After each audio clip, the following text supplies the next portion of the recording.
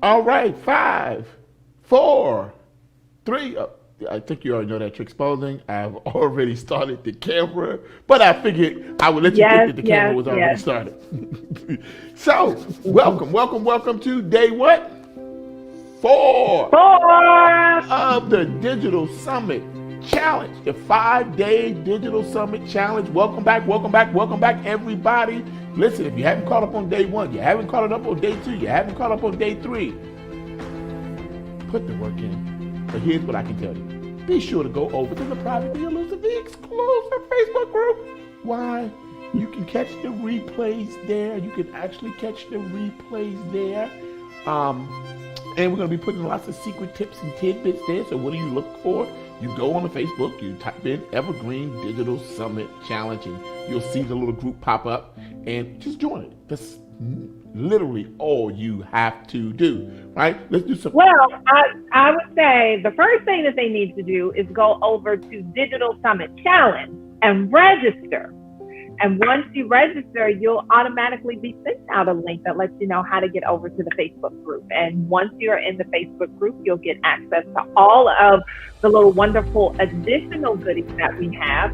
So if you're catching this on Facebook right now, make sure that you go to digitalsummitchallenge.com. That ensures that you get access to all of the trainings that we have done so far. As Trevor mentioned, we are on day 4, which means that they had 3 predecessors, and we'll still have 1 to do tomorrow. Plus, there's going to be a whole bag of goodies and extras that you don't want to miss out on, and some super secret bonus days that are going to be coming up. So make sure that you go over to digitalsummitchallenge.com. Back over to you, Trevor. Okay. So, welcome to day 1 or day 4 of the Evergreen Digital Summit Challenge. Listen, this is the blooper reel, right? Consider this is the blooper reel. We're messing up. But hey, here's what I want to know. Who's out there? We're having fun. Right. Hey, how you doing, Jennifer Harris? I knew you would be there. Hey, B. Jacqueline Jeter. I knew you would be there. Hey, Franz Condi. Hey, Justin Burns. Hey, Justin Morgan. Let's see here. Hey, Sheila Reynolds. Hey, to everybody who made it out today. You are truly champions. We see you out there. By the way, if we haven't mentioned your name, go into the private, the elusive, the exclusive Facebook group, put your name, put your business, and we'll be sure to shout you out. We'll be sure to. I'm over there now. We got Andrea Jack. Hey, Andrea, how What are up, you? Andrea We got Jill Diane, right? One of our favorite people. So they are rolling in. They are saying hello, and we've got Edith Hall that's over here. So welcome, everyone. All right, so let's go ahead and get cranking with some of today's information. So here's the thing about today, right? Today we're going to really get a little bit. We're going to delve deep into sales pages, and so we're going to be dealing with sexy sales pages. But before we get into the sexy sales pages, I just want to run a quick recap on what we learned from day 1, day 2, and day 3. We learned that day 1 was all about building the giveaway page, And we learned that the giveaway page could be a meme page if you're trying to build a following and you're trying to really build up anticipation of people excited about your product, your service, your brand, but more importantly, in this situation, your summit.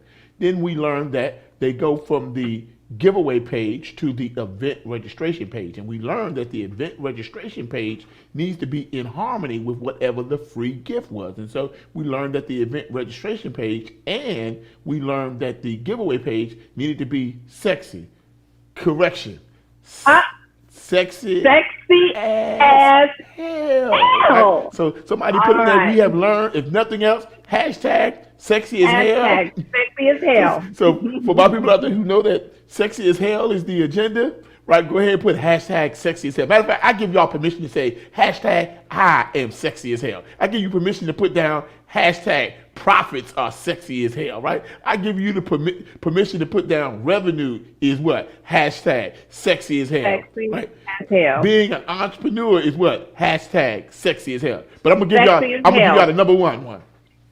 Being a black CEO is sexy as hell. But literally, in all seriousness, we learned that not only is it important to make sure that things are functional, but that things are aesthetically pleasing. And so we're going to kind of keep going through the recap. So we know that there was the giveaway page, and that the giveaway page was connected to the event registration page. And then we learned that the event registration page was connected to the bridge page, also known as the pre-sale page. And then we learned that the pre-sale page was connected to whatever items you might have been pre-selling prior to the actual summit. And then in day 3, we also covered the creation of your broadcast page where your actual summit is broadcast at. And then we also learned how to create sexy videos on your broadcast page. So we covered a lot in the last 3 days, and we're going to cover even more on day 4. So you're literally going to need your pens, your pencils, your recording devices. Just get it out, get ready. Now, let's run a couple of principles that we talked about on the giveaway page. Remember, the goal of the giveaway is to, one, align people with what your brand is about, your summit is about, your product is about, your service is about. And we know that the number one thing that you want to do on the giveaway page is collect the information. It's a value for value exchange. First we connect to them, then we connect through them. And so what we learned is the principle of I am. The principle of I am says that people pay you first with their information, second with their action, third with their money. If you take it out of order, you cut your revenue by 80%. We also learned that the meme page or the giveaway page, sometimes you'll hear me say meme page, sometimes you'll hear me say giveaway page, sometimes you'll hear me say ambassador page. We learned that they're all the same, but we learned that it is based upon the formula of M plus M plus M equals M. That is to say that a movement plus a message plus a methodology equals money. The first M is movement, the concept of the idea that people rally together around. So you are literally using your giveaway page or the first page in your funnel to basically create the concept of the idea that people can rally together around. Because what we learned is that every brand must have a movement. And then we learned that those movements must have a moment, and those moments must be disruptive, and it's a disruptive moments within your movement that give it momentum. And then we learned that disruption is challenging what you normally think, say, or do. We learned that disruption is challenging what the customer normally thinks, says, or does. But we also learned that in being disruptive, that we must challenge what the industry normally thinks, says, or does, and that we must embrace being a disruptor. Hashtag I am a disruptor, because every brand has to have a movement. Every brand must have a concept or an idea that people rally together around, and then every movement must have a moment. Those moments must be disruptive, and it's the disruptive moments within your movement that give it momentum. And so we learned all about that on literally day 1. And then we got to day 2, and then on day 2, we talked all about the event registration page. And what we learned is, number 1, don't use templates. We don't use templates. We learned that you got to stand out, and that one of the ways to stand out is by focusing on the aesthetics. We talked about being the Apple of your industry. What did Apple do? First, they came in and they transformed how we saw computers. Computers 20 years ago were basically white, ugly, rectangular boxes. And then Apple came along and they said, we're going to create the iMac, and they made them colorful and sleek, and they made them shaped and kind of interesting form factors. And all of a sudden people wanted these computers in their houses. And what we learned is that people don't want things that are just functional inside of their lives, but they want things that are aesthetically pleasing to the eye. And so what we learned is that Steve Jobs then took that same principle and applied it to the iPhone. And the iPhone was so aesthetically pleasing that what it did was it caused people to wait in line in the rain just to get this phone that was not just aesthetically pleasing, but also disruptive.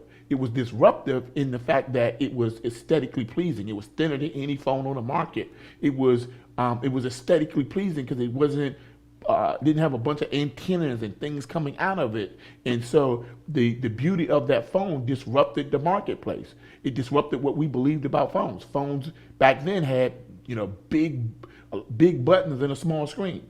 Steve Jobs flipped it on his head and gave us a big screen and one button. And it was disruptive. Every brand must have a movement, but every movement must have a moment. Those moments must be disruptive, and it's the disruptive moments within your movement that gave it momentum. And so he literally used aesthetics to basically disrupt the marketplace.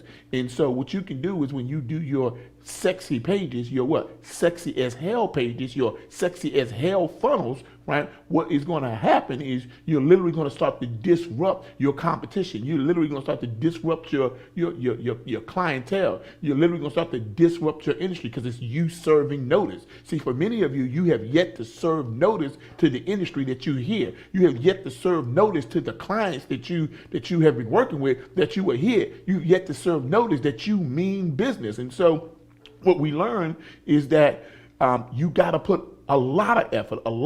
Most people don't realize is that when the iPhone came out, the BlackBerry was a better phone. The BlackBerry had more features. The iPhone couldn't even send pictures. The iPhones you couldn't even send out a picture. Like we send photos back and forth today. You couldn't do that with the first iPhone. But you could do that with the BlackBerry phone and all of the other phones on the market. So what we learn is that you don't have to be feature heavy. And sometimes when we're trying to figure out what we're going to offer to the marketplace, we try to give them this and give them that and give them this. And we throw everything at them but the kitchen sink. But people, you don't have to be feature heavy, but you do have to be design sensitive. You do have to be design sensitive. And so what we learn is that once you get your page written out, once you get your registration page written out, and we learned all about how to write a sexy as hell registration page. We learned that you go to blackceographicsclub.com, blackceographicsclub.com, and you take advantage of the dollar special so that you can start getting things designed. And it's $1 for the first week. So, go in there, get something designed, at least for your first week of design. And what we learned is that these type of things will make your pages stand out from other people. Right? We learned that branding is how people assess value in the products and services that you offer. We learned that branding is how people assess value in the products and services that you offer. Branding is how people assess value in the products and services that you offer. Branding is how people assess value in the products and services that you offer. And Spalding, you went away for just a second there, but you're back. You came back and they missed you. And so I'm going to put you back on the screen, right? For a second, they missed you. Now, I don't know if I can hear you, but I know that we can see you. Want to do us a mic check, mic check. Okay, just want to make sure that we got your stereo on the screen, that we didn't lose you. You went black for a second. It was like, whoa, what happened? What happened? All right, so what we learned is the importance of creating aesthetically pleasing pages. We also learned that colors evoke emotion. We learned that words evoke emotion. We learned that pictures evoke emotion. But we learned that when you get all three together, you invoke passion. And what you want to do is you want to create people that are passionate about your brand, passionate about your event, passionate about your summit, passionate about your product, passionate about your service. So you need some passion. And that when you create the ultimate page, the ultimate sexy as hell page, when you create the ultimate page, what happens is you cause people to become fanatics. But what you really do is you create an on-page orgasmic experience. On-page orgasmic experience, right? What's happening is you starting to learn how to do some digital foreplay, right? Everybody put hashtag digital foreplay. Let's have a little bit of fun here. Digital foreplay. And so you're literally using the beauty of your design to create some digital foreplay, because nobody who's ever had an orgasm said no. And so what you want to do is you want to create an on-page orgasmic experience that causes the person, causes the client, that causes the viewer to say yes every time. When? Every time. And so what happens is, what we learned is that when your aesthetics, or when you take care of the aesthetics on your page, what happens is your conversion rate quadruples. Your conversion rate quadruples. We learned that the average conversion rate is 4 to 8%. We learned that if you're doing really good, you're talking about between really 12 to 18%. But if you're doing great, you're really talking about around about anywhere upwards of 20%. But we learned that when we are creating pages, many of our clients are averaging anywhere between 40 to 46% as a conversion rate. That's considered to be an anomaly in the industry. But why? Because we understand the importance of aesthetics. You got to think like Apple when it comes to your pages. And so we learned that on day one, that was your giveaway page, and that your giveaway page connected to your sexy as hell what? registration page. And then on day 3, we learned that your Sexy as Hell registration page now needs to be connected to your Sexy as Hell bridge page / pre-sale page. And we learned that on the pre-sale page, that's when you introduce them to the items that introduce them to the items that you're going to be selling during the summit. And we learned that realize that you can offer a conference t-shirt, a conference journal, you can sell them the workbook, you can sell the book, you can sell the course, anything that you want to pre-sale prior to the conference. And the thing that we learned is that people don't always wait for the conference to buy from you. They don't always wait for the conference to buy your products and services. And so we learned that in between the actual event registration and the event itself is this bridge page or this pre-sale page. And it gives us a chance to recoup some of the monies that we put in prior to putting our summit on. And in many cases, become profitable before the summit even happens. Let me just say that again. You can become profitable before the summit even happens. And then we learned from the bridge page that eventually they got to go to the broadcast page. What kind of broadcast page? Somebody let me know, Spalding. What kind of broadcast page do we give them? Sexy as Hell broadcast page. Broadcast page. And when they got to the Sexy as Hell broadcast page, when they got to the Sexy as Hell broadcast page, we learned that there were some fundamental things that needed to be on that page.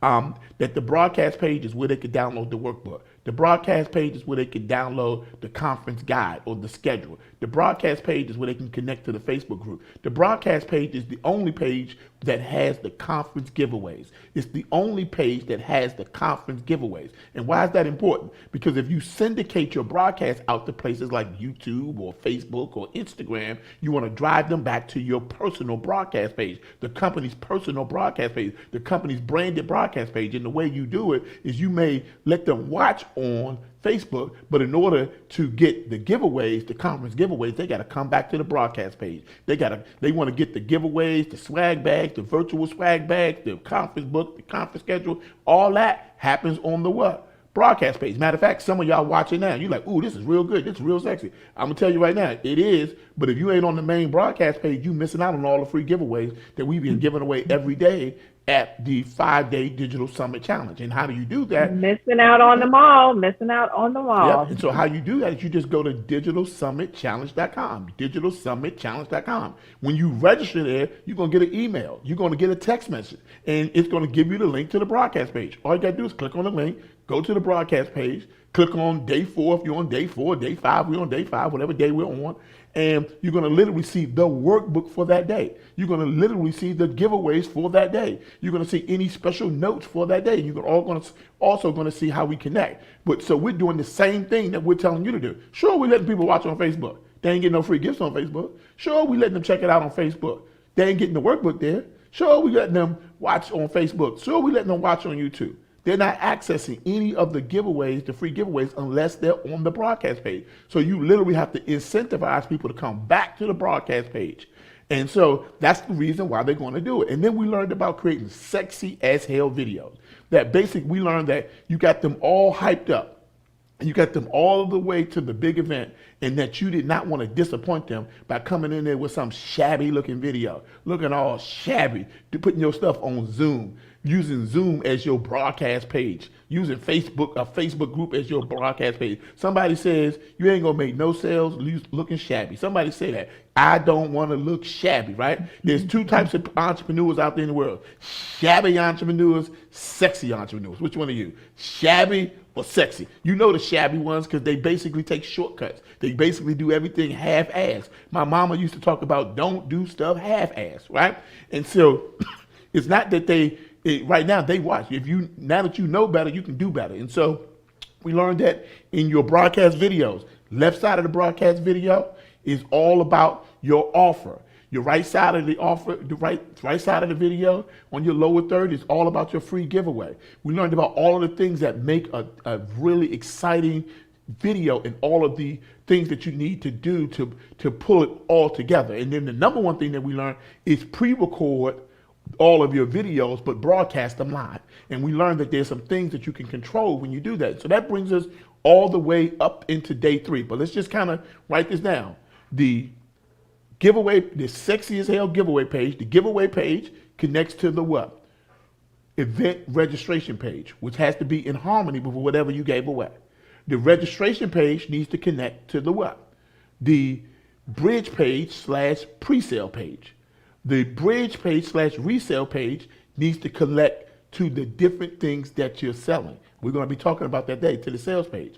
And then we also learned that eventually you're going to send out an email and a text message to let people know where to watch the summit at, and that's going to be your broadcast page, okay? And then we learned, and the broadcast page is connected to the sexy video that you've pre-recorded and literally are broadcasting live on that page. And I gave you guys some secret tools. I put the secret tools in the private Facebook group. If you didn't go to the private Facebook group, guess what? You ain't getting the secret tools. Okay, then you don't want it. My mother used to tell me that a hard head makes a soft behind. In business, a hard head makes a broke behind. So if you feel broken and left out, follow instructions, your behind won't be so soft, and your bank account won't be on zero. Because if your bank account doesn't reflect how good you actually are, there's something wrong. Because your bank account may reflect how you actually think.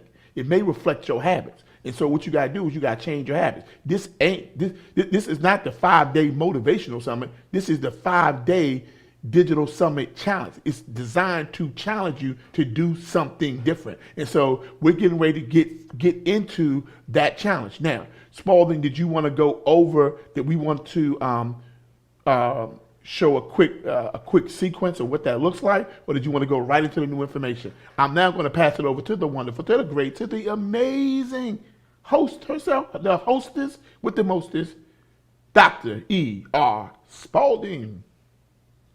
Hello, everyone, and welcome. So again, before we get into the new information, let's go ahead and do a little bit of housekeeping. So make sure that you are downloading today's workbook. The only way to get to today's workbook is that you have to be on the broadcast page. So be on the broadcast page. I think Trevor was actually pulling up the workbook, and we're going to be able to go through that a little bit for today. So the first place you want to do is the notes section, right? And in that notes section, guess what? That is where you take notes. All of the stuff that we are saying, the formulas and the principles, because all success in life comes down to principles and formulas, right? And then below that, what you'll begin to see is that it's just going to be a recap of everything that we're going to be talking about today. It's going to be, the next section is going to be a place where you can fill in some of the blanks. There's going to be a little quiz, because guess what? When you challenge yourself, right, that means that you have to be tested somehow, but don't worry, we put the answers at the back of the book. Everybody remember grade school, right? The even numbers are there. The odd ones you got to figure out yourself.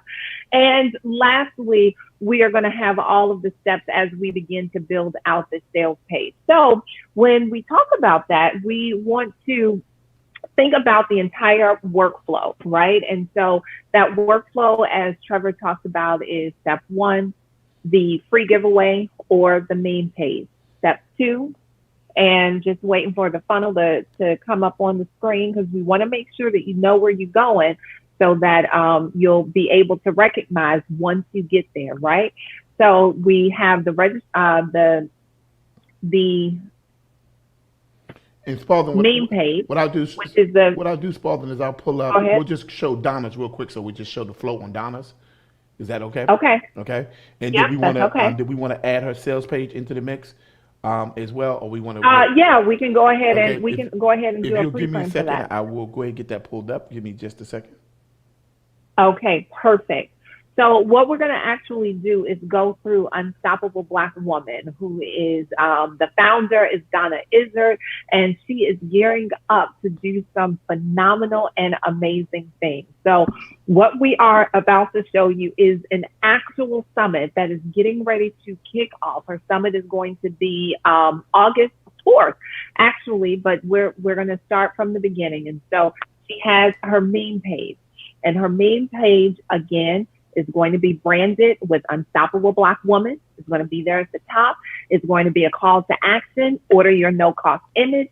you'll notice that there will be a sticky navigation bar. And if I am saying some things that you don't quite understand or not following because it's a little bit of lingo like CTA, a call to action button, or a sticky navigation, then you have to go back to days 1, 2, and 3 because we go into depth in relationship to what everything is. But on her main page, you'll begin to see all of the elements. And so as we go down, you will notice that there are places where individuals, you're providing instructions. So get over to the Facebook group, upload your image. When your image is returned within 48 to 72 hours, then you'll be able to go ahead and post it out on Facebook and Instagram, tag Unstoppable Black Woman. And then once we get to the bottom, this is one of the more important, and it is in alignment with the principle of I am. People pay you first with their information, second with their action, third with their money. You take it out of order, you cut your revenue by 80%. And so at the bottom, you'll see that there are some form fields. And in those form fields, Baldwin, people will be they're able not seeing that on the to, screen yet. I haven't gotten them pulled up yet. So just want to make sure you understand. I know, so I'm just, talking it down. So when we get there, we can take a, look at what that looks like.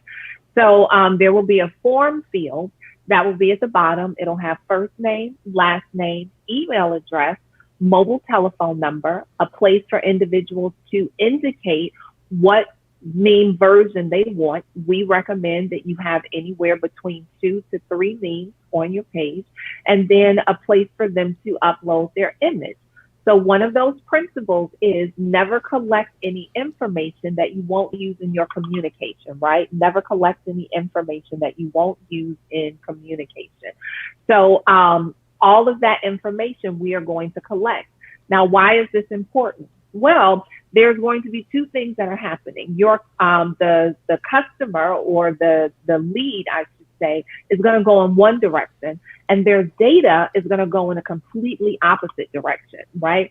So they are going to land on workflow number 2, which will be the registration page, also known as the on the way, by the way page, right? So on the way, by the way page, also known as the event registration page, but their data, their name, their information, their email address, that is going to go into your email CRM, right? CRM stands for Customer Relationship Management System. So you'll have an email CRM that one set of information will go into.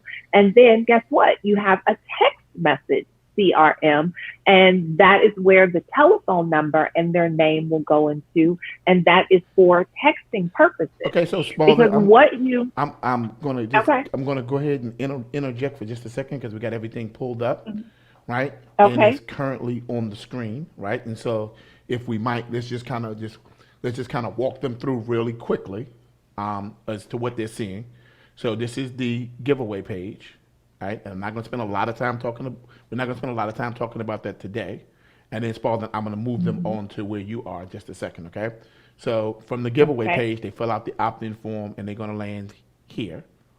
And when they land here, they're going to land on her event. On the way, by the way, event registration page. So again, we have coming across the top, on the way is your image. And by the way, this is the event that we have going on, and giving them plenty of opportunities to go ahead, click, register, and get signed up. Right. And so that's the event registration page, right? And they opt in, or they basically sign up for the registration page. And the thing at the top is they know that there's a note right there at the top that's always playing that says, look, we're working on whatever your giveaway was, and check your email and your text message because that's going to be where that's where we're sending this stuff to. And that's page 2 in your funnel. Page 2 in your funnel. So we know page 1 is the giveaway page. Page 2 is an event registration page. And then that takes them to what's the next page, Spalding? Page number 3 is going to be your bridge page or your pre-sale page. Bridge page is also known as your pre-sale page. And on this are all the products and services that you are pre-selling for your particular event. So as we can see here, we've got Brand Boss You, we have a book project, we have a video vault for individuals who want to get a replay of everything that happened inside of the summit. Now, if I might just interject for just a second there, Spalding, On the pre-sale page, right? So that this just kind of recap. Page one, I need everybody write this down. Page one, I need a giveaway page in my funnel. Page two, I need an event registration in my page. Page three is I need a pre-sale page or a bridge page where I pre-sale the product that I'm going to be selling at my event. So page three is your pre-sale page. Okay? And then there are three, she's pre-selling three things. So if I might, Spalding, I did something special for you. She has the Brand Boss You page, right? And I pulled that up here for you, right? And so, so when they go here and they click on Brand Boss, right? Everybody see the Brand Boss page.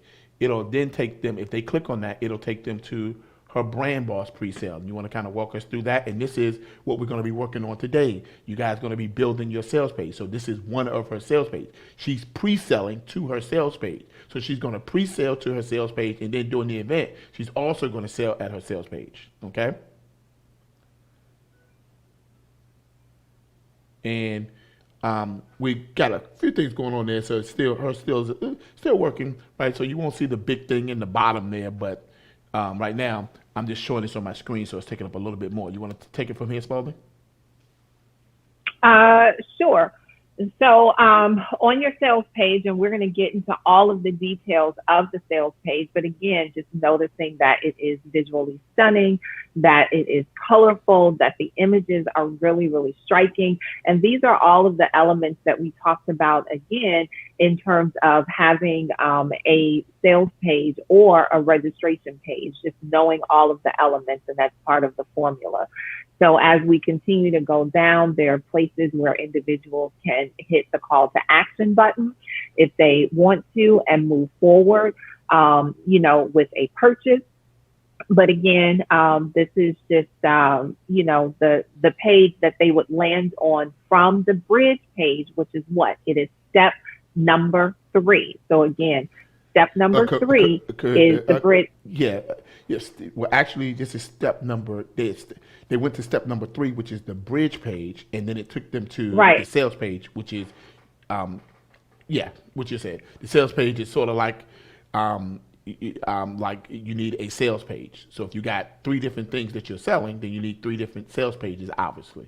If you got one thing that you're going to be selling, then you got one sales page. So for her, stage 4 was really her sales page. But go ahead, Spalding. I'll cut you off.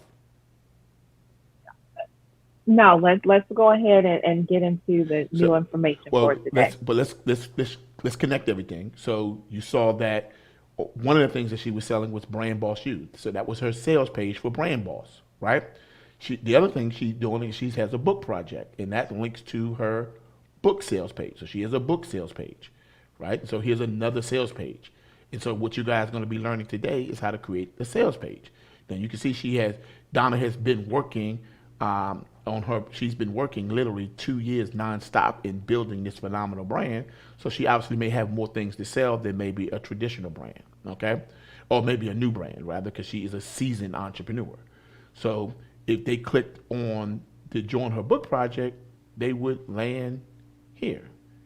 And you're going to be learning how to create these type of sales pages. And if we go back to here, she's also selling access to her video vault. So she has a page just for her video vault. And if we go here, this is the page where she's saying, hey, you can access the videos from my digital summit. So she literally has 3 things that you can buy from her digital summit. We recommend that you have at least 1. You never have more than 3, right? 1 is always your video vault, right? Number 2 might be your actual program, something that's probably monthly. And then number 3 may be something like a t-shirt or something like that. And so literally you're starting to see what was going on. And so literally you can see, if you guys were following along what Spalding just said, which is number 1, you need page 1 of your funnel is a giveaway page. Page 2 is a event registration page that's in harmony with your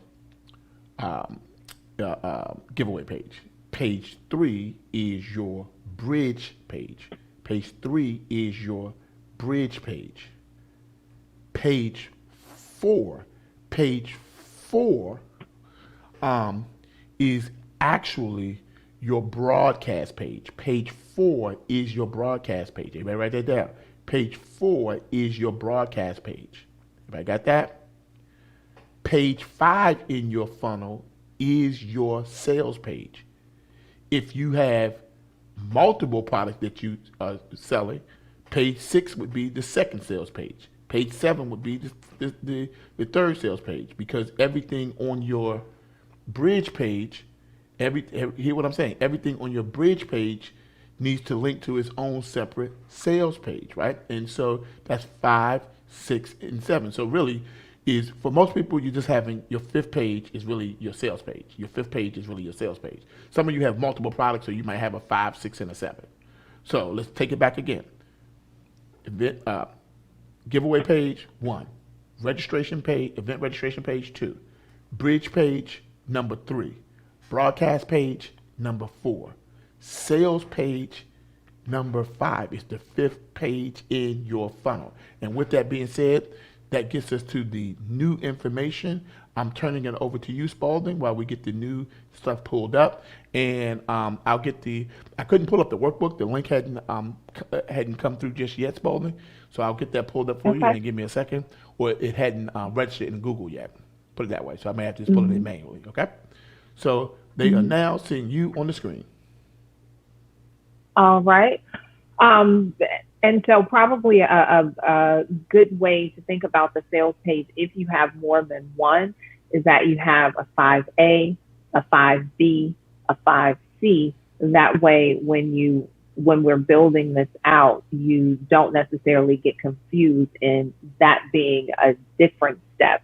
It's just you're going deep because you have more products and services. So a 5A, a 5B, and as we saw in Donna's case, a 5C, because she had 3 products that she was pre-selling in that section there. So today is all about the sales page. Today is all about the sales page, and we're getting the PowerPoint pulled up for the sales page, and we're just going over there now. Give me a second. Do we have it pulled up? Okay. All right. I'll just get this out your way. Wait 1 second. Now, for those people who are going to be following along with today's training, right? And Spalding, if you just want to kind of cover what they're seeing, this is today's workbook for today. This is today's workbook. And so as you can see, it's all about the sales page and making sure that the sales page converts, because it's one thing to have a sales page. It's another thing to have a sales page that actually converts. And so what you'll find, and Trevor, it looks like there is a small delay here on our side. So we're just going to scroll a little bit slower, but we want to ensure that we are taking notes. And then we'll have all of the steps associated with the sales page and all the rules that go inside of there. We know that note takers are money makers, right? And so you have an opportunity to take notes there. The next section is going to be a big recap around what we're talking about. So think Cliff Notes, right? You were in college and you were like, oh, I need the Cliff Notes for Macbeth, right? This is the Cliff Note version. And then after that, you have an opportunity to do some things, right? So we always say anytime we do a training that you come here to learn something, to do something, and to get something. So we're going to be responsible for the learning. You're going to be responsible for the doing. And if you combine all of that together, at the end of it all, you'll wind up getting something. You'll walk away with something, as we know that learning is developed, right? So we learn so that we can live, right? So we talked about in day number one, that we labor so that we can learn, but we learn so that we can live, right? So it's not to be addicted to our labor, but what we are doing and why we are challenging ourselves is so that we can develop and increase our learning so that we can live the lives that we were born to live. So you're going to do some things with filling in the blanks taking the quizzes, and then after that, we're going to put all of those action steps that you have learned into play. We're going to implement them, and that's what we see inside of the workbook. And once we implement them, you will then have step number four of your funnel complete, which is your sales page. Oh, I'm sorry, correction, your sexy as hell sales page. All right, so with that, are we ready to pull up the PowerPoint and dive into the new information here? Yep. I got it pulled up All right. and ready to go. By the way, those people who need to get the workbook, download the workbook, not only does it have a place for you to take notes, but it literally has little work exercises for you to do to help build out your pages. It's excellent for you and your team to use simultaneously. You get that from the main broadcast page. If you're watching on Facebook, you're not on the main broadcast page. If you're watching on YouTube, you're not on the main broadcast page. It means you didn't register, so you got to register at digitalsummitchallenge.com, right? And then you'll get the workbook, okay? Got it. All righty, and you'll see the workbook right on the page. All righty, and let's go ahead and get that pulled up for you, Spalding. And you're in business. All right. Okay, so we're talking about digital summits, digital conferences, and everything in between. So we always hear Trevor Ott say, wherever you are in life, your mind got there first. Wherever you are in life, your mind got there first. And so the purpose of today's presentation is really to transport your mind to the place where you want your revenue to show up, right? So we didn't get into business to be broke. We didn't get into business for our bank account not to reflect who we really are. But in order for us to get to that place, we talk about being 6- and 7-figure earners, right? In order for us to be in the place that we want our revenue to show up, we have got to transport our minds, because wherever you are in life, your mind got there first. When we think about children and the dreams that they have, they believe that they can do anything, right? They're jumping off of buildings in a single bound because their minds are in the places and the spaces that they believe and want themselves to show up. And so in this learning, you've got to get curious. You've got to play a little bit. So what is it going to look like, right, for your mind to be in the place, right, where you want your revenue to show up? And so this is why we are here in this challenge today. And so the purpose of vision, right, and vision is the place where you go to see the future, right? When you think about a visionary is literally someone who can see into the future, step into the future, and then turn around and bring that back into the present and have it manifest itself. That's all vision is. There's nothing that's hokey dokey about it. We all have the ability to do it. Are you allowing yourself to be a visionary, right? Are you seeing into your future? And so when we started this out, we started off with, what does this entire picture look like, right? There are literally a number of steps inside of this funnel. Why do we do that? Because we want you to be able to see and envision your future, so then you can come back into the present and make it a reality. So the vision is the place that you go to see the future, and having a plan, right? And the purpose of a plan is to make sure that you see the vision out. So you go into your future, right? You envision it and you bring it back, and then you create the plan, because if it came from God, it came with a plan. If it came from God, it came with a plan. If you see 6- and 7-figure revenue, right, and you see that for your future, and you have stepped into your future, and your mind is there first, your responsibility, right? This is why you have to get into action. Your responsibility. This is why you have to download the workbook. Your responsibility. This is why you need to go through the exercises. Your responsibility, which is why you need to build a team. Your responsibility is to step into the future, see it before you see it, or you will never see it. I believe Delatoro McNeil said that, right? Step into your future and see it and bring it back into your present. And when you bring it back into the present, you create the plan, because the plan is going to help you execute and finish the vision. See, there are a lot of us who have been standing out there and we have been on the verge of something, but we can never finish it. We talk about ROIs all the time. What's the return on the investment? And if I do this, stop with the return on the investment and think about what is your return on finish.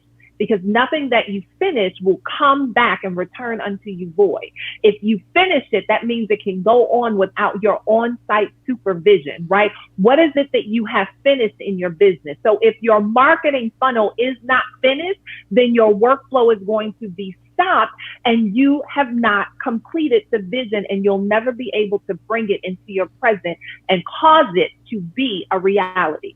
So today's conversation is really about finishing the funnel, finishing what you saw in your vision. And we are providing the plan, the step-by-step mechanism, the rules that are going to be required in order for you to do this. Let's think about this. I think, Trevor, you say all the time when you talk about Noah, right, and the ark, that, go ahead. Yeah, no, is that, you got to have a plan, you got to have a blueprint. Noah didn't just have a vision for the ark. He had a plan, and he used that plan to acquire resources. And then the last step that he took was action. So with that being said, let's kind of move along, right? You got to have a plan, the plan for your funnel, the plan for your digital summit, right? The key to a successful summit is that all summits must have a flow. And that flow, we learned that flow equals funnel, funnel equals flow. When we say that all summits need to have a flow, we're really talking about the fact that it needs to have this process or this mechanism that lets people move through with ease and with grace, because basically you want to generate more revenue. And so we learned that if you find your flow, you can unlock your fortune, right? Flow equals funnel, funnel equals flow. We know that. So when we say find your flow, we're like, find the funnel that works for you. As you know, this is what we're going to be building. This is the blueprint that we're working with for what we're going to be building on this broadcast. We're now in workflow number 4. So we're now in workflow number 4. If you don't have this blueprint, go to the main broadcast page. Look where it says download the blueprint, download it there. Okay. Now, this is an example of what some of the funnels look like. This is more of a simple digital summit funnel, and this is what the workflow and the emails and the text messages and the communication system and the Facebook ads and things like that. It literally is a simple sketch roadmap of what's going to happen. This is a little bit more advanced. If you're looking for something to do something that's more like a 5-figure revenue generator digital summit, you're going with something that's a little bit more simple like this. If you're looking to do really anywhere between 6 and 7 figures, you need something that's more like this, okay?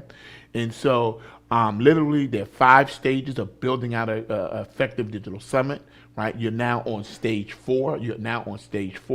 And so let's now get into the new information. This is a picture of today's workbook. So if your workbook doesn't look like this, you have the wrong workbook. If your workbook doesn't look like this, you have the wrong workbook. So the goal is today is that we're going to create the sexy sales page, or you know what I mean. Y'all know what I want to say. We got to create the sexy as hell sales page. And in order to create the sexy as hell sales page, it's going to come down to a couple of key items. And that's what we're going to be talking about today, because you're like, okay, Trevor, I got a sexy giveaway page. I have a sexy event registration page. I even have a sexy bridge pre-sale page. I got a sexy broadcast page. I got a sexy video. Well, obviously what I'm selling has to be sexy. And what's that, ER? What's that I heard you say?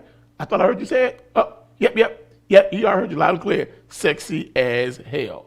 And so literally that takes us to our new information. Over to you, Spalding. All right. So rule number 1, sell the vision and position the action. Rule number 1, sell the vision and position the action. And why this is so key is that on your sales page, you should never really talk about price, right? On your sales page, you never talk about price. So we are selling the vision and positioning the action, because people need to be able to see what the transformation is going to be in their life. They need to be able to see the transformation that they are going to get as a result of working with you, as a result of investing their time, energy, and money into you. So you want to sell the vision. Rule number one is sell the vision, position the action. And so when we do that, we are never talking or discussing, right, price on the sales page. And I think the slides went away. Yep, and So give me a rule second, number Scarlett. I'm going to get two. that pulled up for you, so give me just a second. And you might want to take it back to sell All the right. vision. There you go. All right, there we go. So we want to sell the vision and position the action. We're never discussing price on our sales page. It's one of the biggest novice mistakes that individuals make. And so we're trying to figure out, oh, well, why isn't anyone buying anything? As you were looking at Donna's pages, there was never anything about a price tag. What it was talking about is the vision, right? Remember, your registration pages, which is step number 2, and your sales pages are all about communication and inspiration, right? Communication and inspiration. So you are selling the vision and positioning the action. Rule number 2, the sales page is where you discuss your products and your services, not your price. It's really where you discuss your products and services. This is what we have to offer, right? This is what we have to offer, and how are you going to deliver that service offering? So what is rule number 1? Rule number 1 is sell the vision, position the action. Rule number 2, the sales page is where you discuss your products and your services, not your price. So if you're looking at that, I'm sure most of you are saying, okay, well, Spalding, if I don't talk about price on the sales page, right, and I think of sales equal money, right, then what in the world should I be talking about on my sales page? And so the answer to that is really understanding that marketing is the language of creativity and sales is the language of specificity. Why don't you go ahead and write that down inside of the Facebook group? Because this is the key point here. Marketing is the language of creativity. So when you are marketing your products and services, you get creative, you get bold, right? And you have all of these lavish ideas. But when you are talking about sales, sales is the language of specificity. You want to get real specific because people buy clarity and so do you. And so Spalding, people buy clarity and so do you. Go ahead, and so Trevor. Spalding, if I might. So now it's like, okay, y'all got all this information that's kind of coming at you. And you're Right. saying, okay, well, what does that all mean? And I want you to pay attention to something she said. She said that what you have to do is she said that you have to sell the vision and position the action. Position You have the to action. sell the vision and you have to position the action. You have to sell the vision and you have to position the action. Well, I want y'all to write this down. I want everybody to just stop for just a second. So what we're saying is on your sales page, you got to write ad copy. And we talked about how to write ad copy on day 2. Well, the purpose of that ad copy, 1, is to introduce the villain because people don't care about the hero until they meet the villain. Then the second thing that you have to do, you have to sell the vision and position the action. The vision is the place that you go to see the future. So you have to take them forward into the future so that they can see it before they see it or they'll never see it. And then they come back to the present and register for your event or buy your product. Basically, they come back to the present and take the necessary steps to make the future that you showed them now show up in your present. To show up in their present. The reason why they're buying your product is to make the future that you showed them show up in their present. Because you got to sell the vision and position the product. Sell the vision and position the action. Sell the vision and position the service. You're never selling the product. You're never selling the service. You're never selling the quote. What you're selling is the vision, and you're positioning the action as a way for people to achieve the vision. And so I want you to write this down. The vision, whenever you think vision, write this down. I must help them see what I see for them. I must help them see what I see for them. I must help them see what I see for them. Listen, stop, just write it down. Stop and write it down. Because, listen, some of y'all are really coming off as thirsty when y'all do y'all broadcast. Y'all coming off like massively thirsty. I must help them see what I see for them. I must help them see what I see for them. So on this page, you have to paint a picture of their future. Remember, wherever you are in life, your mind got there first. So wherever they are in life, their mind got there first. So the thing that you have to do is you have to put their mind in the space, in the place where you want their results to show up. And so once you put their mind there, they'll now see it with you. See, let them see it with you. Let them see it with you. Now let's come back to the present and take the necessary steps, to make that future that we saw together now show up in their present. How do they do that? Through basically now accessing the products and services that you have to offer. Sell the vision and position the action. See, listen, when you write in your sales page, if you haven't sold them on the vision, it don't matter what the product is. You write in your sales page, if you haven't sold them on the vision, it don't matter how good the course is. It don't matter if it's $9.99 today, but if you come back tomorrow, it's going to be $29.99. It don't matter. So at the end of the day, you got to sell the vision and you have to position the action. Sell the vision and position it. Right?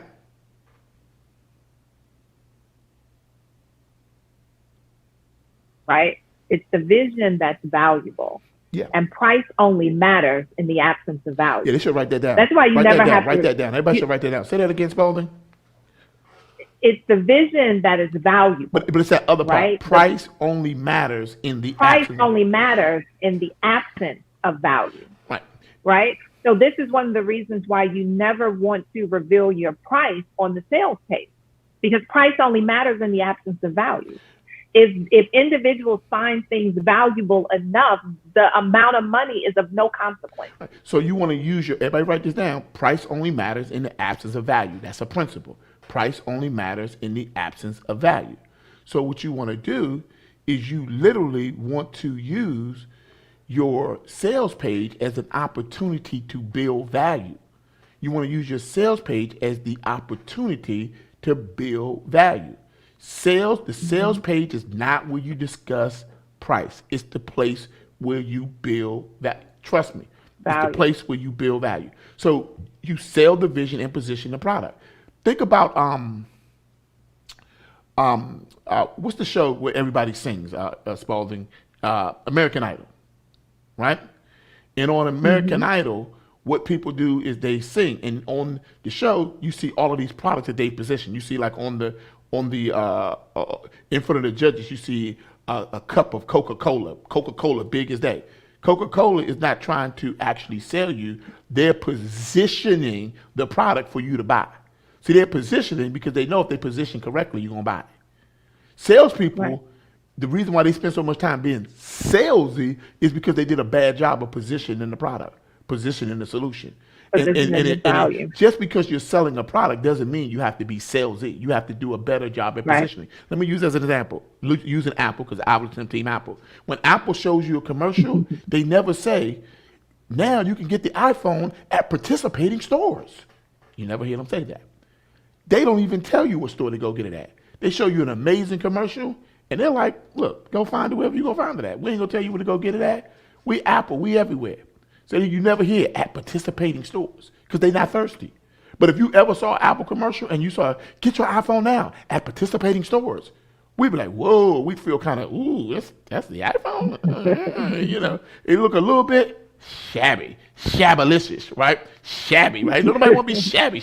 You know, new Scrabble word, Spalding. Shabalicious. I don't know how we're going to spell that, but can y'all help me out? Like, listen, the next time you see somebody stuff and they looking a little thirsty, they stuff looking a little like doesn't look good, say, look, you looking a little shabalicious there, brother. You looking a little shabalicious there, sister. Right? You looking a little shabalicious, a little shabby. Don't make your stuff look shabby. So anyway, what they do is they position the product, right? And then they position the product as the solution to a need that you have. Because you sell the vision and you position the product. The better job that you do at positioning the product, the less salesy you're going to have to be. Sell the vision. Everybody write this down again. I don't care if you wrote it 1 time, 2 times, write it again. Sell the vision, position the product. I must help them see what I see for them. Now watch this. If I'm selling the vision, powerful people ask powerful questions. What's the first thing that people buy? What's the first thing that people buy? If you're selling the vision, what's the first thing that they buy? It's not your product. It's not your service. What they're buying is the vision. You don't have permission to sell somebody a product until they buy into the vision that you have for their life. You don't have permission to sell them a product until they buy into the vision that you have for how you're going to transform their life through the products and services that you offer. See, basically, all sales is all you're doing is giving people the opportunity to invest in your products and invest in their lives through the products and services that you offer. All you're doing when you make a sale is allowing people to invest in their businesses through the products and services that you offer. And so what you have to understand is you need a buy-in on the vision. Some of y'all ain't letting that go in. Some of y'all are like, okay, I know your product. Tell me your product. Oh, I got weight loss tea. All right, forget your weight loss tea.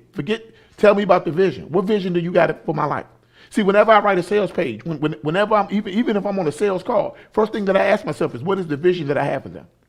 Right? What is the vision? The vision is, I must help them see what I see for them. What do I see for them? All I'm saying is, what do I see for them? Because vision is the place that you go see the future. So if you see for them, you got to see into their future. Now, some of y'all lazy. Some people that's been selling y'all, they lazy. They don't see into their future. All they doing is seeing into their bank account. Let that sink in. Yeah. All they doing is seeing another dollar. All they seeing is the last 3 digits of your credit card number. Looking real shabbalicious there.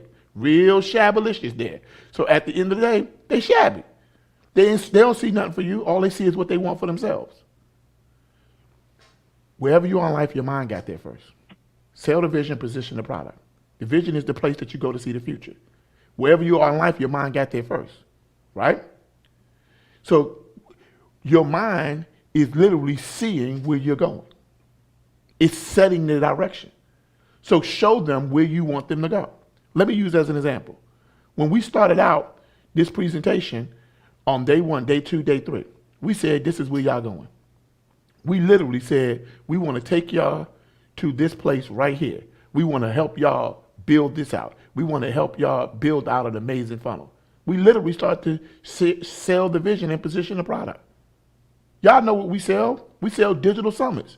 Basically, if you want somebody to do your digital summit for you, you go to evergreendigitalsummit.com. You already know what we're selling. We don't even have to talk about that. Why? Because it's position. You look, okay, you think we joking? You think we don't mean business? Look at the bottom right now of this overlay that you're looking at. Look at the lower third. It says, do my digital summit for me, evergreendigitalsummit.com. Because there are going to be some people that don't want to do it themselves. They want somebody else to do it for them. We're sitting here training, but the product is positioned the whole way through. Sell the vision and position the product. Help them see what you see for them. What do you see for them? So your sales page has to do 2 things. When we taught you about writing a page, we taught you about really introducing people to the villain so they would care about the hero, which is your brand, your product, or your service. Now we're giving you an upgrade of that. Now when you get to the sales page, not only do you have to introduce the villain, now you have to also introduce the vision. You have to share the vision, help them see what you see for them. You got to sell the vision. Remember, price only matters in the absence of value. If you spend all your time focusing on price and product, you never get. All they're gonna do is they're gonna be like, "What's the price? What's the price? What's the price? What's the price?" Build the value first. Never introduce the price before you introduce the value. Write it down. Never with a capital N, introduce the price before you introduce the value. Don't do it. You know, it's like an American Express commercial. You know what I mean? Where they kind of go through and I think what is American Express tag? It's not value. I got to look it up. American Express's tagline. Yeah, they got a tagline about value, right? Where they say, they say value of this, $300, value of this, $700, value of this, $2,000, value of spending more time with your family. Priceless. You have to build up the value on whatever you are trying to sell on your sales page. You have to build up the value to the point that it feels priceless. If it don't feel priceless to you, it daggone sure ain't gonna feel priceless to them. All right, Spalding, let's get back to the PowerPoint, and I'm gonna turn it back over to you. All right. So we've got rule number 2. The sales page is where you discuss your products and your services is not the place where you discuss price. So we were over here, and we know that marketing is the language of creativity, sales is the language of specificity. So on that page, we want to make sure that we are specific, but specific about what? So we want to talk about, here's what I got, right? Talk about, here's what I got. This is what I have to offer. This is the vision that I see for you, right? Here's what it will do for you, right? So being very specific around what is the transformation? What is this investment in yourself going to yield you in return, right? And here's what you need to do next. So there are 3 things that you should be very crystal clear and specific about on your sales page. Number 1, here's what I got, right? Letting them know this is what I do, products and services, whatever the offering is. Number 2, here's what it will do for you, right? This is where you're going in and showing them a version of themselves if they allow themselves to step into the future. Wherever you are in life, your mind got there first. If you allow yourself to step over here, this is what it will do for you. And here's what to do next. These are the steps that you can do in order to get started. Another way of saying that, like we've already heard, is our call to action. Go ahead, Trevor. And Spalding, I know that you are checking the feed, and make sure to check your Slack as well, right? But as we are kind of going through this, is that one of the things is that she mentioned is we struggle so much with what we're going to write on our sales page. Listen, first, what is the vision? 2, so write this down. First thing I want to do on my sales page is I want to ask myself, who's the villain in my sales page? What is the enemy of that, or the problem that I'm going to solve? So who's the enemy? Who's the villain? Then number 2, what vision do I have for them? What is my vision, right? And then step 3, don't write your pages until you've done these 3 things. Who is the villain? I would have at least 1 to 3 villains. Then number 2, what is the vision? What is the vision? Not what is the product, but what do you see for the product? Not if I do weight loss tea, not how much weight they're going to lose, but what transforms in their life as a result of the product. What changes in their life as a result of the product? Not like, hey, did you lose weight? Did you grow hair? Right? Are you sexier today than you were yesterday? No, none of that foolishness. Is what transformed in their life as a result of their product, or your product, or your service. And then stage 3, here's what I got. Here's what it will do for you, and here's what to do next. So it's like, hey, on your sales page, here's what I got. Here's what I got. Here's what it's going to do for you. Here's what to do next. This is some of the, listen, any copywriter will tell you this is how it goes down. And so back over to you, Spalding. Absolutely. So when we think about all of the steps and the stages, right? We want to make sure that we have all of that together. And at the end of the day, we want to ensure that we're using colors, images, as well as words to evoke emotion. So those are all of the, I would say, artistic, right? Artistic and creative elements that go inside of your sales page.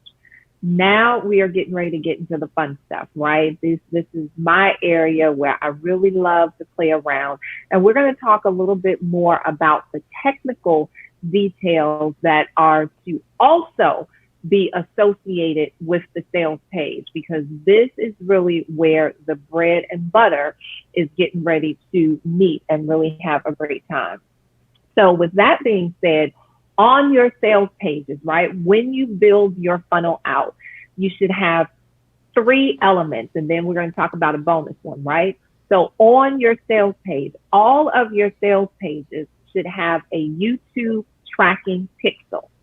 Now, the YouTube tracking pixel is going to be installed on the page, and the purpose for that is that we want to be able to market and retarget individuals who make it to our sales page.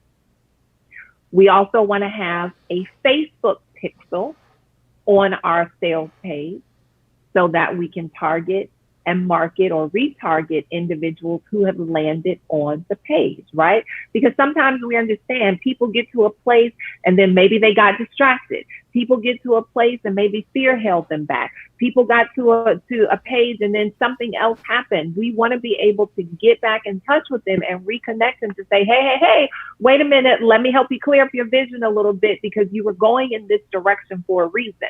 So all of these things are here, your YouTube tracking pixel, your Facebook pixel, and then we also want to have your get email Right, pixel. and Spalding, if I could just run a quick correction there, it's not get email, it's get emails.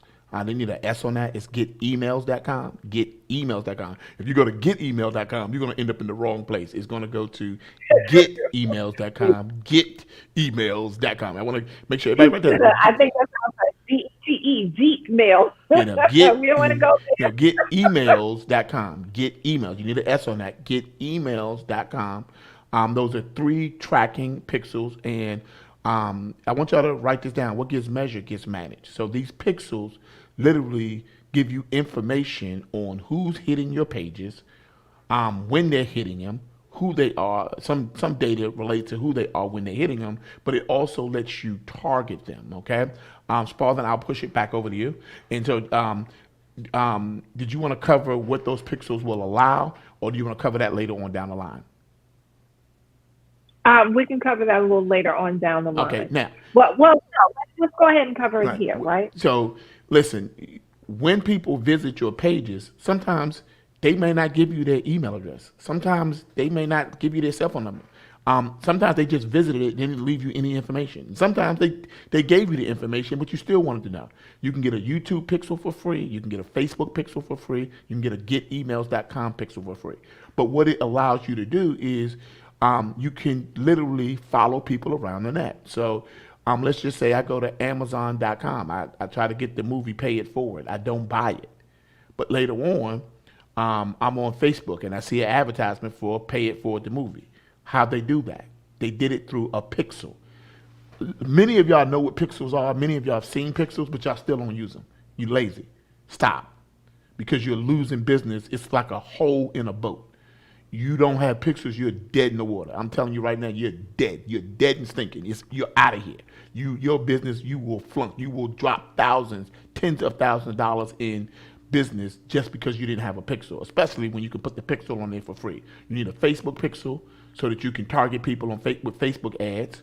You need a YouTube pixel so you can target people that hit your pages with YouTube ads. You need a getemails.com pixel so that way you can still get the email addresses of people who hit your page even though they didn't register. You can get all of this. All you got to do is put the pixel on. Somebody put on there, I'm a pixel gangster. Somebody put out there, I'm a pixel gangster. Get the pixels, put pixels on. Listen, if you don't do nothing else that we tell y'all to do, you listen to us closely. You put a pixel on every page you own. Put a pixel on it. You put a pixel on it, you can track people. You can reach out to people. You can touch base with people. You got to put a pixel on it. It allows you to follow people around the net. You can follow them around the net and remind them of your products and services. You can follow them around the net and remind them of your courses. You can follow them around the net and remind them of your event. You can follow them around the net and remind them of the value. People don't always buy the first time. But now they saw your event, they saw it here, they saw it on Facebook, they saw it on CNN, they saw it on YouTube, right? They saw it everywhere. You want to know why they saw it everywhere? Because you pixeled them, you retargeted them, right? You can't target them, you can't analyze what's going on with them unless you have a pixel. You need 4 pixels. You need the YouTube pixel, the Facebook pixel, the Get Emails pixel, and you also need the Google pixel, right? You need the Google pixel. So we'll add the bonus there. You need a Google pixel. Back over to you, Spalding. Mm-hmm. And so with all of that pixelation going on and you becoming a pixel gangster, the other thing that... Hey Spalding, I got a new line. Pixels equal profit. You like that? You like that? P&P. Pixels equal profit, right? I like that. You like that, right? Yeah, the $1 billion brand man strikes again. Right. We also want to ensure that we put a chat box on the sales page. So everybody knows what a chat bot is. You've probably participated in chat box talking with the little chat box on some pages that you've landed on.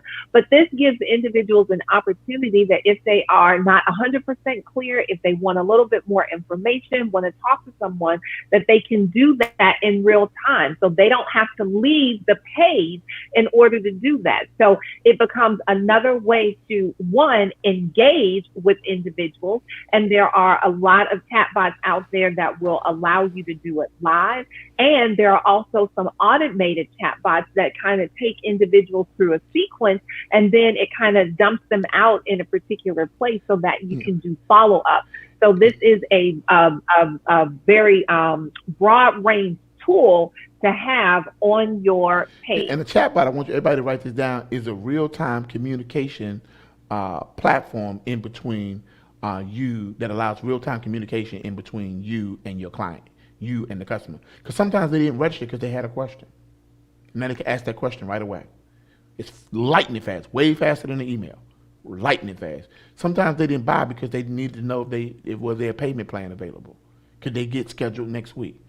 But if you'd had it, it's funny because I didn't think chatbots worked until one day I put a chatbot on my page, and people blew my chatbot up with questions, and it helped me make a better page because I went back and said, okay, if these are the questions that they're asking, let me go and add this information to my page because obviously my page is not clear enough. Put a daggone chatbot on your daggone page. All right, let's rock, Spalding, because we got a lot of information to cover. Lot of information. Okay, so going into rule number three, we want to run retargeted Facebook ads and retargeted Facebook ads to your sales page, right? So those pixels serve a purpose, right? It captures information about those who are browsing on your page. Then it gives you the ability, as we talked about, to follow those individuals around. And that is what retargeting is all about. So they land on the page, boom, you've got your first target. And now they begin to move, surf other places, get distracted, and you can continue to follow them around, and it retargets them in a very specific way. And here's an example of that, Spalding. An example of that is this, is that let's say they visited your event page, your event registration page. And let's say they visited your giveaway page. Everybody that visited your giveaway page is now in a special Facebook audience called giveaway visitors, whatever you want to name your audience. And everybody who visited your event registration page is on a page called, in a group called Visited Registration Page. And they literally have a tracking pixel attached to them. You can now run very cheap, hear what I'm saying, very cheap, low-cost ads, because you're not advertising to the whole world, you're only advertising to the people who hit your page. You say, listen, everybody who visited my registration page, everybody who visited my meme page, everybody who visited my broadcast page, we put them all on 3 separate lists because we track them. We want to show them the Facebook ads for our sales page. That's retargeting. Meaning you are retargeting them because they visited some page within your funnel. So now people are seeing your products everywhere. You are ubiquitous. And so what starts to happen is they were like, wow, oh yeah, I have been seeing that product. So when they see your offer in the video, when they see your offer on the summit, they don't realize that they've been seeing this offer all week, all month. They've been seeing it on Facebook, seeing it on YouTube, seeing it on CNN, seeing it on YouTube, seeing it everywhere. They didn't realize it. And for some people now, see, some of y'all have problems with people showing for your conferences because y'all not doing retargeting. People register for events and it's 3 weeks away. They're going to forget by the time you get there. So you got to keep this event in front of them. The way you keep your events in front of people, the way you keep your products in front of people, the way you keep your services in front of people, the way you keep the important things about your business in front of people, the way you keep the important things about your brand in front of people is retargeting, right? Retargeting. Say it with me one time. Retargeting, right? Yeah, so, this is what they got to do. And so many of you are like, oh, I can't really afford that. Y'all don't realize, folks, generally about $5 to $10, you could be reminding everybody from your conference, everybody that registers for your conference, you could be reminding them for the entire week. Every time they log in on Facebook, they can see your ad about your conference coming up, your summit coming up, your summit coming up. And then after the summit coming up, they can keep seeing the ads for your sales page, your sales page, for the product you're selling, for the product you're selling, for the product you're selling. They might have forgot about it. Say, oh yeah, I meant to get that. Let me get that. Okay, back over to you, Spalding. Retargeting is the way of following people around the net with the important things that matter about your brand. Over to you. Right. And not only that, when you see this image right here, and this is specifically chosen, retargeting, because it's bullseye, right? So initially, when you are putting your ads out there, you're doing a very broad stroke, right? And as individuals land and they complete specific actions, right, you are targeting them, so you get very specific around what it is that you're showing them. So if they landed, as Trevor said, if they landed in a bucket that says they landed on the main page, and that pixel that is now attached to them doesn't make it over to the registration page, guess what type of ad they are going to be seeing, right? They're going to be seeing a registration ad, because we know they landed one place, but they didn't make it to another destination. If they make it to the registration page, but they never make it over to the bridge page, right, or the sales page, or the broadcast page, we can begin to retarget in a very specific way. And this is what drives your ad costs down, because now you have specific information about people and the actions that they have taken.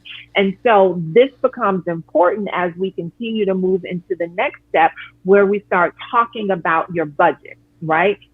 One of the biggest mistakes that individuals make is that they begin to put on conferences, put on summits, but they don't allow themselves, they don't allot a budget to run these types of ads. So what we're going to do right now is begin to talk about the 5 steps that you want to take when you are thinking about your ad campaign. So the first step is to establish a budget, right? Know that you have to have minimally, if nothing else, you want to have a Facebook ad budget, right? I would recommend, when you are putting on the summit, if you cannot put together $500 for a budget, then don't do a summit, right? Just, gather some people together, go online, do a live or whatever. You're not ready to move forward with creating a summit. So the first thing is that you want to establish a Facebook ad budget, minimally $500 worth. Step number 2. Now, by the way, some people are already asking, what's an ideal budget for if I am doing a digital summit? I would say minimally $1,000, probably $2,000 is a good number. $2,000 is a good number for a summit where you can run ads for about 2 weeks, and that's you can kind of space that out, spread that out. But I would say, even if you 500 minimally, 500 is like the lowest you want to get. Ideally, it's like, hey, if you can put together about $2,000 for your ad budget, that would be good. But if not, at least try to get somewhere between $500 to $1,000, right? $1,000 is probably kind of the, kind of the midway point. $500 is kind of the minimum. $2,000 ideally. If you build listen, let me tell y'all something. This is just for Facebook. And, there's YouTube and there's Google, but you can apply the same formula there. Listen here. You spend all this time and all this effort to make sexy as hell sales pages and sexy as hell broadcast pages and sexy as hell bridge pages and all of this stuff. But I'm going to tell you, if you build all of these pages and you don't got no traffic, you don't have any traffic, you're out of business. You built it for nothing. Now, some of y'all screaming inside a bubble. Get Facebook ads. You ain't never got to talk to the people you know. It don't even matter. Well, get some new people in your business. Get some people you ain't got to beg. Get some people that's going to appreciate you. At the end of the day, Facebook ad gets you outside of your own little bubble. Now, I'm going to tell you something. The reason why Facebook only limits you to 5,000 friends, because they don't want you to. They're like, look, if you're trying to get past the people that you know, we're the gatekeepers. There ain't but one way to get outside of the Facebook bubble. Ads. You pay us ads, we will let you talk to people that could be potentially interested in your products and services. So the reason why most people summits of failures, they spend all their time posting on their profile pages, begging people to attend and tagging the hell out of you and sending you Facebook messages that you sick of getting. When all they had to do was spend a little bit of time running some efforts. Right. If you tag me in some foolishness, I'm gonna unfriend you. Right? And I'm gonna tell you that you need to run some Facebook ads. All right, let's keep rocking, Spalding. All right. So step number 2, you want to take whatever budget you have and allocate about 20% to your free giveaway page or your meme page or your ambassador page. They all equal the same thing. You want to take 20% of that budget and direct it to your free giveaway page. Now, Spalding, you and I see this all the time where people try to neglect the giveaway page. You do it at your own detriment. You don't have any ambassadors for your brand.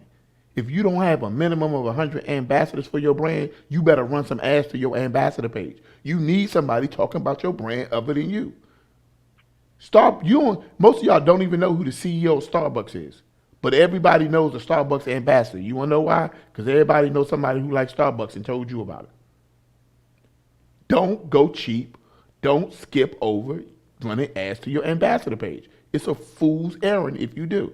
Okay, Spalding, what's step number 3?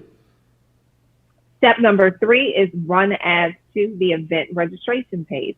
So these things are going to be running in parallel. So you'll have about 40% of your budget allocated to running things to your event registration page, right? Step number 4, you're going to take 10% of your budget and you're going to run ads to your broadcast page. Again, you've spent all of this time, all of this energy, all of this effort reeling individuals in. You want to ensure that you've got virtual butts in seats and eyes on screen. And sometimes all it really needs is a quick reminder. Many of us, myself included, we have the best intentions, but we know the road to what is laid with the best intentions. So sometimes that quick reminder, oh yeah, that's where I'm supposed to be, and get them over to the broadcast page. Because remember, that's the halftime show. And step number 5, we are going to run retargeting ads to your sales page. We're running retargeting ads to your sales page because now individuals have gone through the funnel. We know that they're in alignment with the movement where from step 1, which is your ambassador, your free giveaway page. We know that they are interested in the transformation in your event that you are putting on. Why? Because they've registered. They have gone over to the broadcast page and maybe they had to step away, didn't really get all the way to the end, but you want to make sure that we are running retargeting ads to the sales page so we can get them back to the place where you can begin to have this conversation with them that inspires them and enables you to allow them to see what you see for them. Remember, you're about to jump in, Trevor. So remember, again, you're selling the vision and positioning the action. Yeah, and one thing I'll just make a note there, it's cheaper to target people that you have a connection to than it is to target people that you don't have a connection to. The most expensive ads are to people that you have no connection to. The cheapest ads are people that you have a connection to. So what you do is you create a connection through your ambassador page. You create a connection through your giveaway page. You create a connection to your event. You go ahead and try to run a cold marketing ad to just selling a product on Facebook and you see what they hit your head with. You gonna be in the unemployment line. Right, $10.99. No, it gets yeah, exactly. It could get upwards of maybe $20 and $30 a conversion versus you can get down to like 20 and 30 cents a conversion. You just got to know what you're doing, right? And part of it is that's why we made you create the giveaway page first. That's why we made you create the event registration page to create the connection. Now you created a connection. You pixeled them. The proof that you have a connection is when they visited your page, you put a pixel on them. Now you can run ads to people that you pixel because you're saying, Facebook, these my people, these my folks. And so your budget 20% of your budget after you just, if your budget is 1,000, your budget is 2,000, your budget is 5,000. Take 20% of it, run it to your giveaway page. Take 40% of it, run it to your event registration page. Because the whole goal is to get them to show you, the main goal is to get them to show up at that event so that you can basically add value to their lives, transform it in such a way that they want to do business with you. Then take another 10% of that budget, right? Run it to your broadcast page. Who are you doing? All you're saying is like everybody that registered, I want to run an ad to them that reminds them of the event, reminds them of the time, and reminds them of how to get to the page. Only people that's going to see it is people that registered for the event, and it gets them directly to the broadcast page. And then step five, right? Or part five, right? Is run retargeting ads to the sales page, right? Retargeting, you're targeting 3 types of people. You're targeting everybody who watched the event. You're targeting everybody on the broadcast page. You're targeting everybody who hit the registration page. You're targeting everybody who hit the giveaway page. And you're targeting them to keep your products and services in front of them. And I usually say keep it in front of them for the next 30 days. And you can do that very cheaply. Okay, over to you, Spalding. Mm-hmm. And while you're doing this, one of the things that we want to be thinking about and keeping in the forefront is what gets measured gets managed, right? What gets measured gets managed. And so we're taking these measurements, right? And we're telling you 20%, 40%, 10%, 30%. So you can manage, right, the outflow of information, the outflow of cash, the outflow of your targeting and retargeting efforts. And Spalding, I'm gonna get that pulled up for you, so because I know where you're going, so I'll get that pulled up for you. If you'll give me a second, I'll let you just kind of hold it down.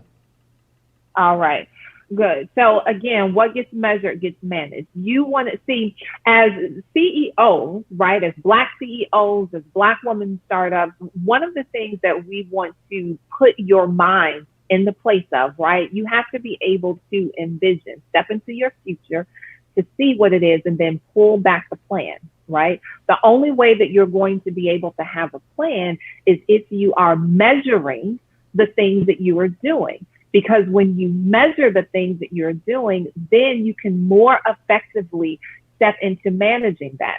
So what Trevor is actually going to are some of the tools that we utilize in our measurement, right? What ads are performing well? Well, one, if you're not running ads at all, you don't know, right? You don't know if it's, the hot water signal that you threw up or whatever, or if this particular post boosting is not running a Facebook ad, right? You want to be able to measure what are individuals responding to? Which messaging are individuals responding to? What colors, what images, what emotions are individuals responding to? So no, that was a good place to pull it up. Okay, gotcha. Mm-hmm. So as you are doing that, as you can begin to see, this is one of our tracking mechanisms, right? So as you can see, we've got Facebook ads in here. So we can see the amount of traffic that is coming in with Facebook ad number 1, Facebook ad number 2.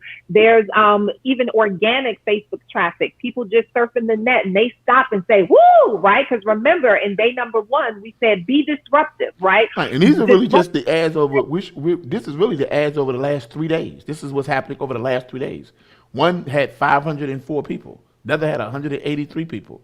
And you can just literally see another one had 254 people. One of our Facebook ads over the last couple of days has had 1,182 people hit it. No, that's not an ad, Trevor. That right there is an organic. Oh, sorry. Right. 1,100 individuals stopped because they saw how sexy the page was. They were just scrolling by on Facebook, on mobile, on their phones, and they stopped because it was a sexy as hell registration page that they saw.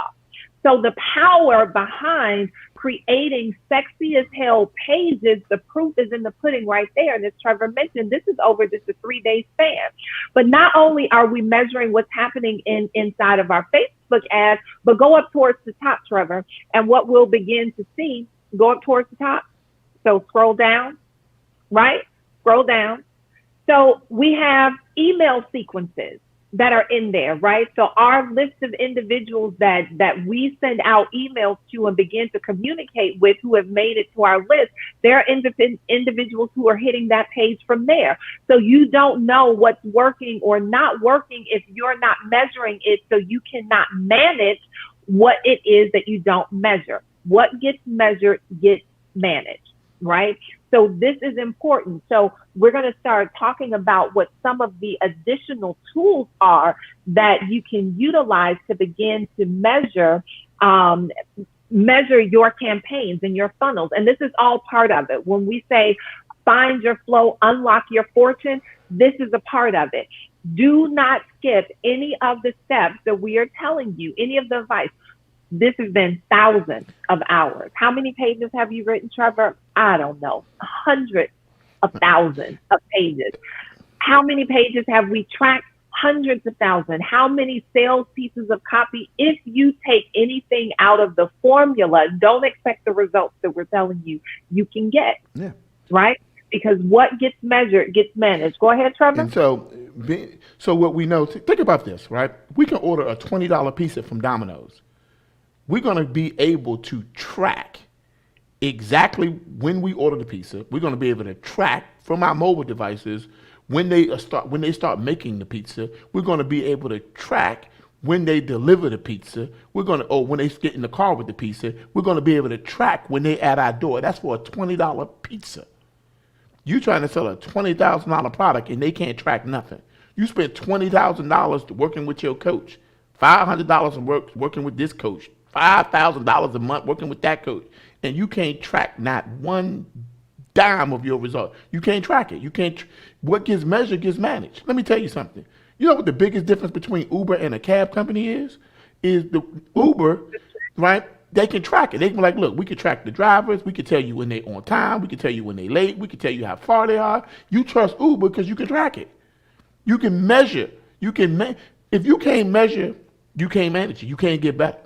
The reason why some of y'all got pages and summits and events and all kind of stuff you tried that didn't work, you don't know why it didn't work. You just having an opinion. When you track that stuff, when you are tracking that stuff, when you can see all your numbers and you can see all your data and you know who's coming from what, how many people open the email, how many people open the text message, and you can see it in one place, yeah, I want you to say it with me one time. What gets measured gets managed. Stop fooling around with people who cannot show you literally the results of what they're doing. All right, Spalding, back over to you. Let's get to it. I know we got about 20 more minutes, right? And we got to kind of, because I know that we got a lot of stuff to cover today. So, right. So we talked about pixels, right? So we know that that's one tracking mechanism. But in order, and in addition to that, once you get the pixel, you put it into place like marketing.io or a similar tracking system, which allows you to get the analytics like we were just saying before. So your pixels are placed on your pages. Not only do they track the people, but then you take that and you put it into marketing.io. Yeah, and I think that actual domain is actually marketingplan.io, right? It's either marketingplan.io, but I'll put it in the Facebook group, and they'll give you a tracking pixel. I think it's marketingplan.io, but I'll put it in the Facebook group later on today. But at marketingplan.io, or similar, or like Geru, Geru, they give you a tracking pixel that you can literally track and see what's happening. How many people visited your sales page? How many people visited your registration page? How many people visited your meme page? And you can see the flow. Not just how many people visited, but you can see these 100 people visited the page, and then 80 of them went to this page, and then out of that 80, 60 of them did this, and then out of that 60, 40 of them bought. You can see the actual flow. You can see your KPI, your key performance indicators. Because let me tell you something. Right? We ain't just dressing you up so you can be cute. We dressing you up so you can be effective, efficient. So you can be profit pioneers. So you can basically break the bank. And you ain't got to go, let me tell you something. You ain't got to go to Vegas to break the bank. All you got to do is have a well-run funnel, a well-run digital summit sequence, okay? And so what we're going to have is what really is your marketing triage. It really is when people come in, it brings you into three groups, right? When you pixel people, it basically tells you three things that's happening: who's interested, who's ready, and who's purchased, right? So there's going to be who's interested in your products and services, right? Who's ready to take some action now, and then who actually purchased. And then based upon that, write this down, it's called your marketing triage. You have to communicate to each group differently. You have to communicate to people who are interested. You have to get them to the point that they're ready. And so on your page, on your sales page, the people who hit it are interested. So they pixel it, just interested. If they fill out that opt-in form, they're at least ready for the transformation that you are trying to give them, right? And so they kind of go over to they opt in and they land on the checkout page. And then when they get to the checkout page, if they fill that out, they land on the thank you page, and that's who's purchased. So sometimes you have people who basically got to the checkout page and were ready to purchase, but didn't actually purchase. Something got in the way. That's why you got the chat bot. Now you can run retargeting ads to them. Now you can do an abandoned cart sequence, which we'll be talking about tomorrow. See, some of y'all got holes in your boats. Everybody who doesn't buy from you today is not a lost client. As a matter of fact, less than 20% of people are actually impulse buyers. That means the greater portion of 80% are not. And so you got to have your marketing triage. It's just like in the medical, they got triage. They got people who are really, really hurt, pain level 10, people who are sort of hurt, level 5, and then people who, if I get to see a doc, great, but I'm not really in all that great of pain, and that's like level 2 and level 3, right? And so you got to have a marketing triage, and you have to attend to them according to where they are in your system. But if you don't have, write this down, if you don't have your people segmented, you segment them by action, you segment them using pixels, you segment them using your CRM. Part of this Evergreen Digital Summit is also going to teach you how to segment people and communicate with them based upon that, right? So in your marketing triage, right, the sales page is where you collect the information. Just write it down.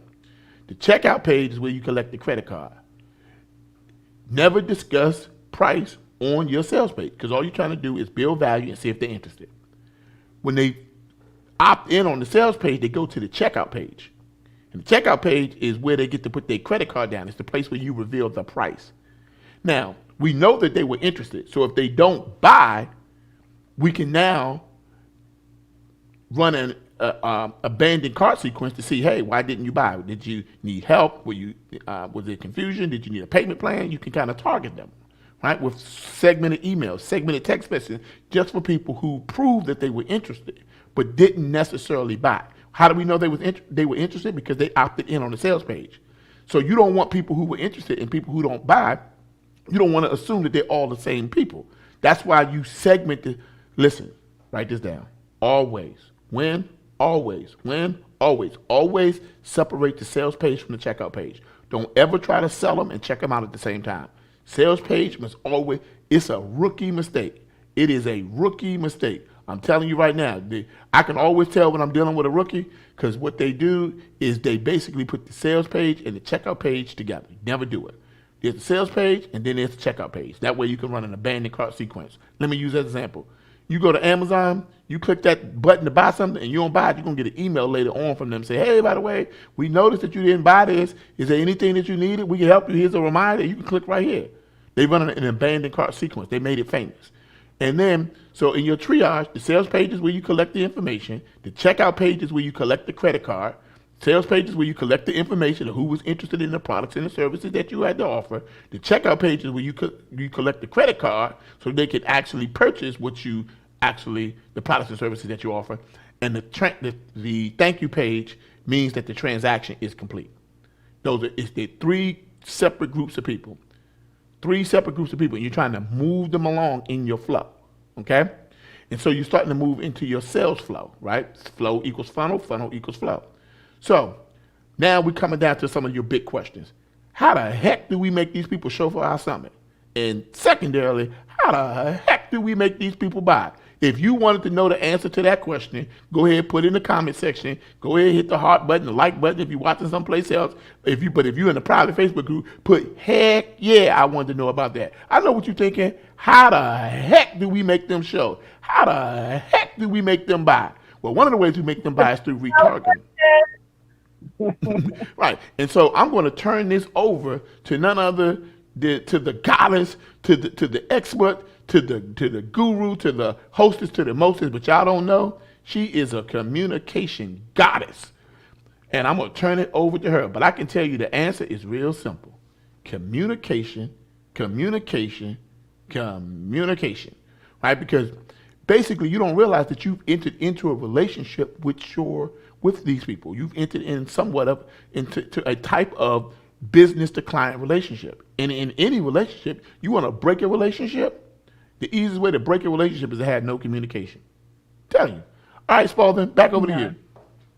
Whatsoever. So imagine, right, in that same line, imagine that you meet somebody, right, and you exchange telephone numbers. And then imagine how it felt when they never called. They never sent a text message. They never did anything. And then they hit you up about 2 weeks later and they said, let's go to Vegas. You'll be like, what? What are you talking about, right? That is the same thing as having someone land on your free giveaway page, and they land on your registration page and they give you their telephone number, they give you their email address, and then you don't say anything until the day of the event. And you like, oh yeah, by the way, let's go to Vegas. They're not showing up. So communication is key. Now, one of the tools that will help you in that communication, and we talked about this a little bit earlier, is your email CRM, your email customer relationship management system. But all email CRMs are not created equal, right? So first, there are two distinctions. There are email platforms, and then there are email CRMs. Email platforms, MailChimp, couple of don't do that, because you want to ensure that you have a behavioral email CRM system, right? This allows you to place behavioral tags on individuals. So just like the pixel, it allows you to follow them around. The behavioral based tags allows you to segment individuals inside of your email system, your email CRM, based upon their particular behavior. Did they land on the main page but did not register? If they haven't received a behavioral tag that says register for the summit, then you know that's a different type of email communication that you'll have with them.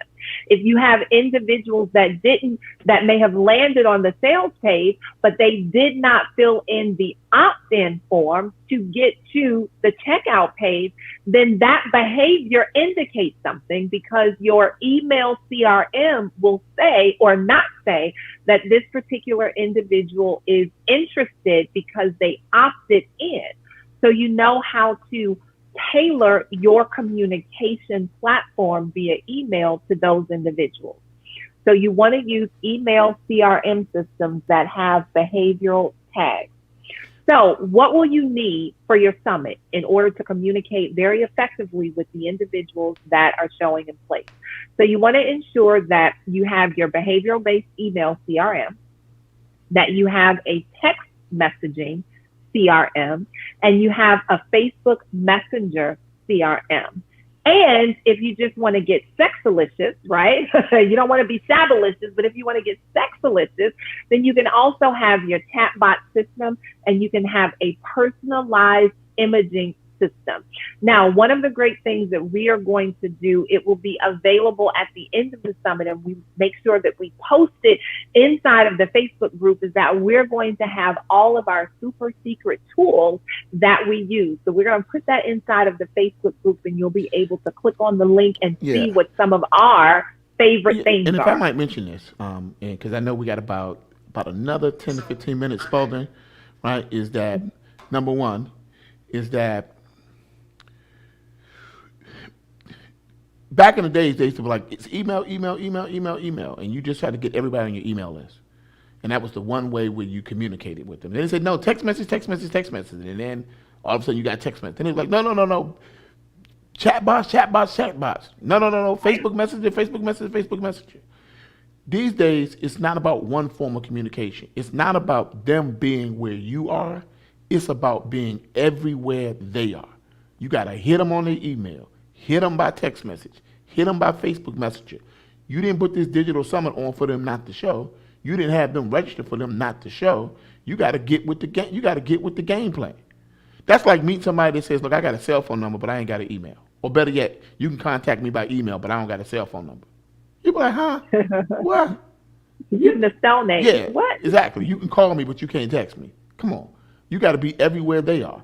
Behavioral-based email CRMs like Active Campaign, right? And here's the thing. I do not use email systems that started out as basic email systems and then tried to add CRM functionality onto it. That's why I don't use MailChimp, because they were never built for that function to begin with.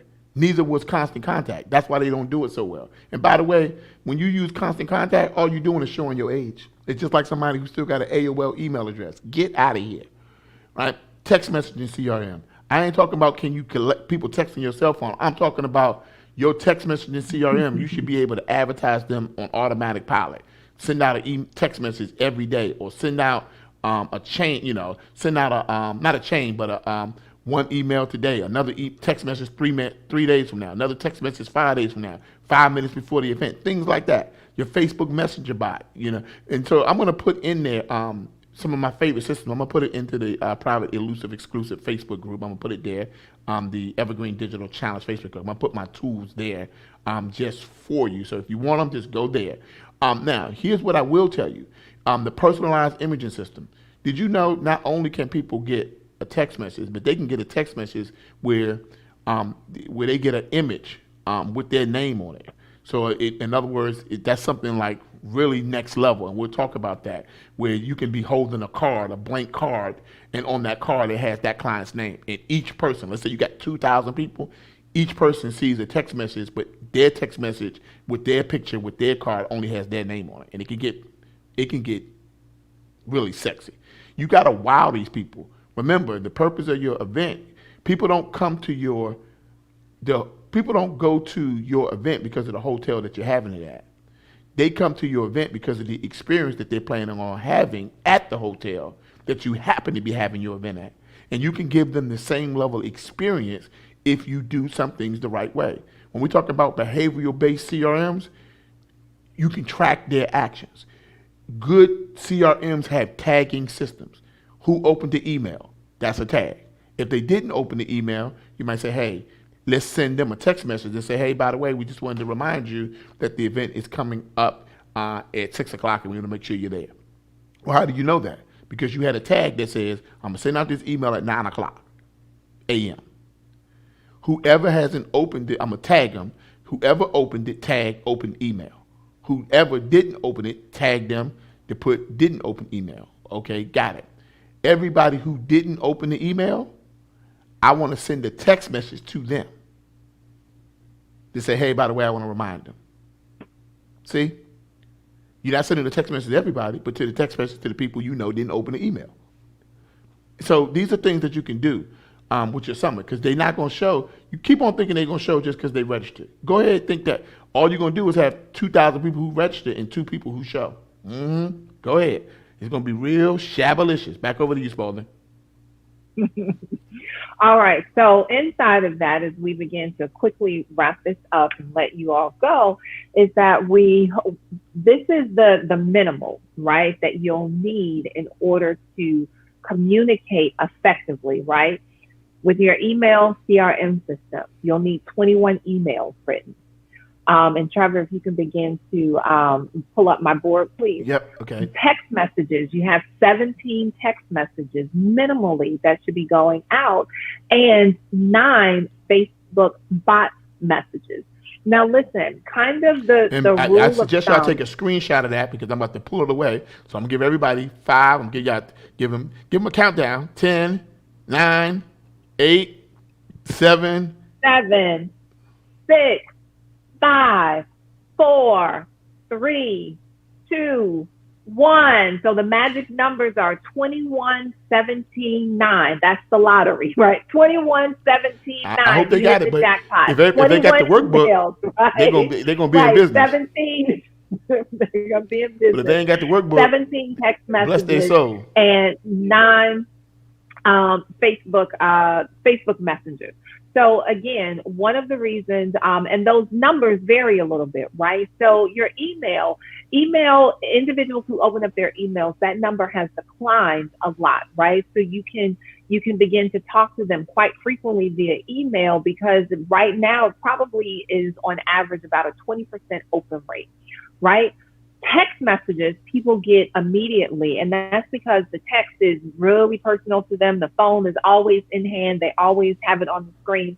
So you don't want to make yourself seem thirsty, right? You want to communicate just enough, but not overboard where they're like, oh my God, I'm getting ready to get away from you because you're texting me all the time, right? So it's a delicate balance when the closer the actual device is with them.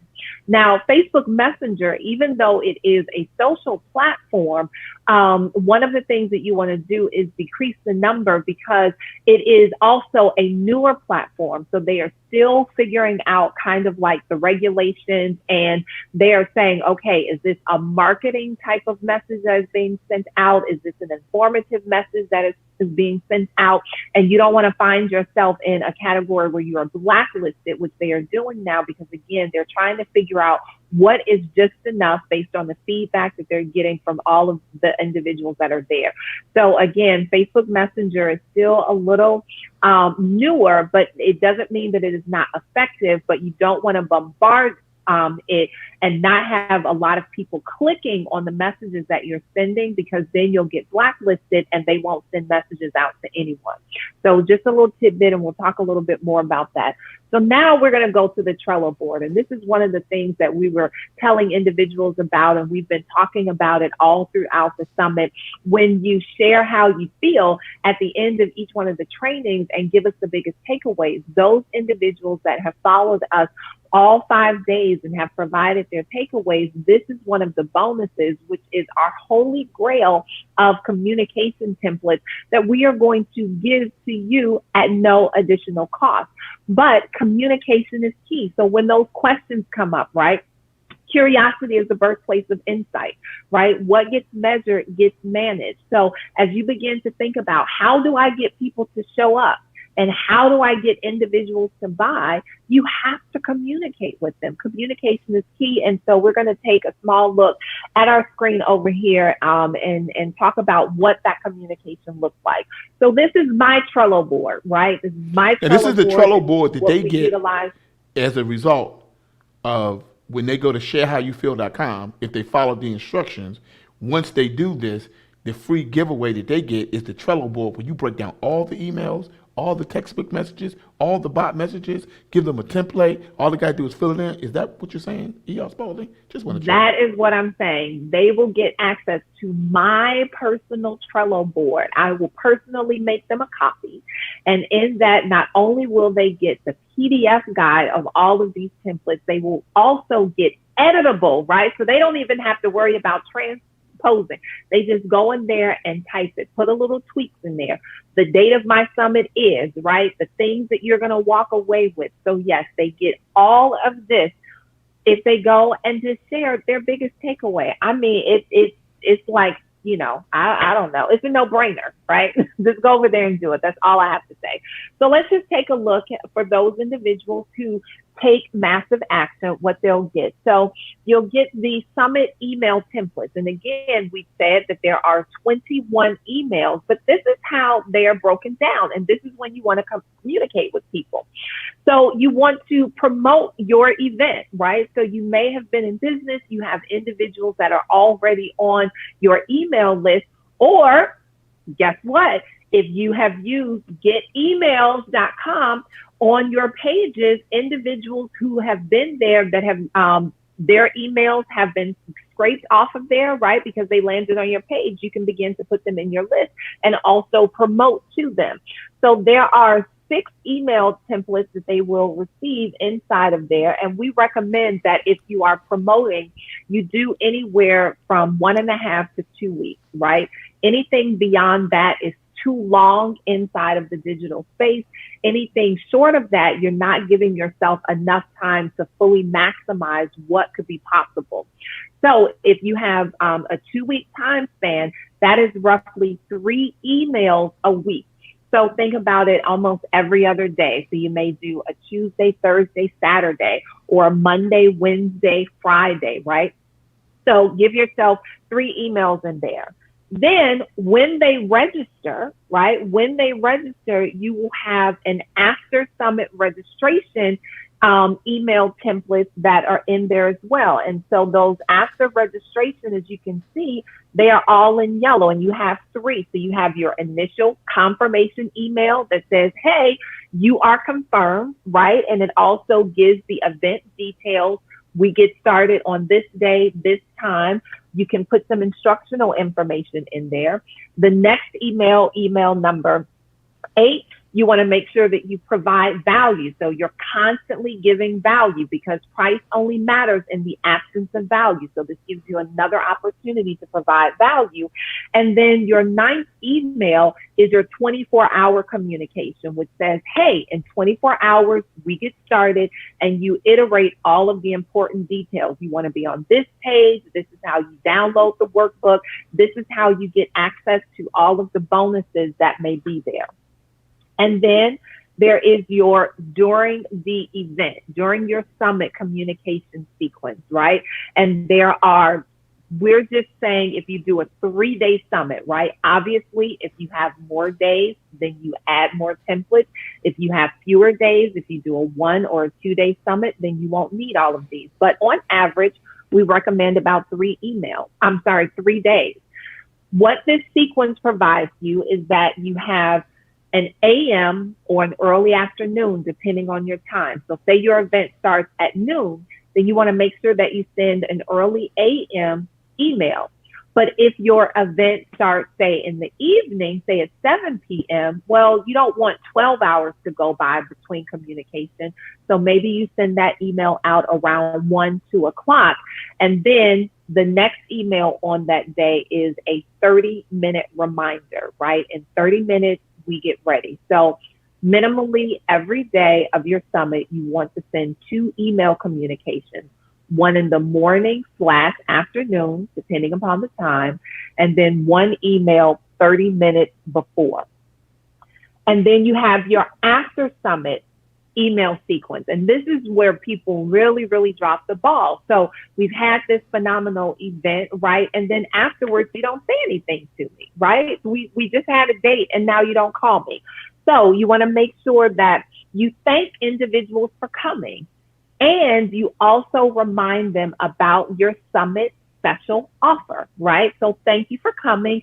And I just want to make sure that you know this is some of the things that you have the ability to do when you put a link in there that takes them back to your sales page.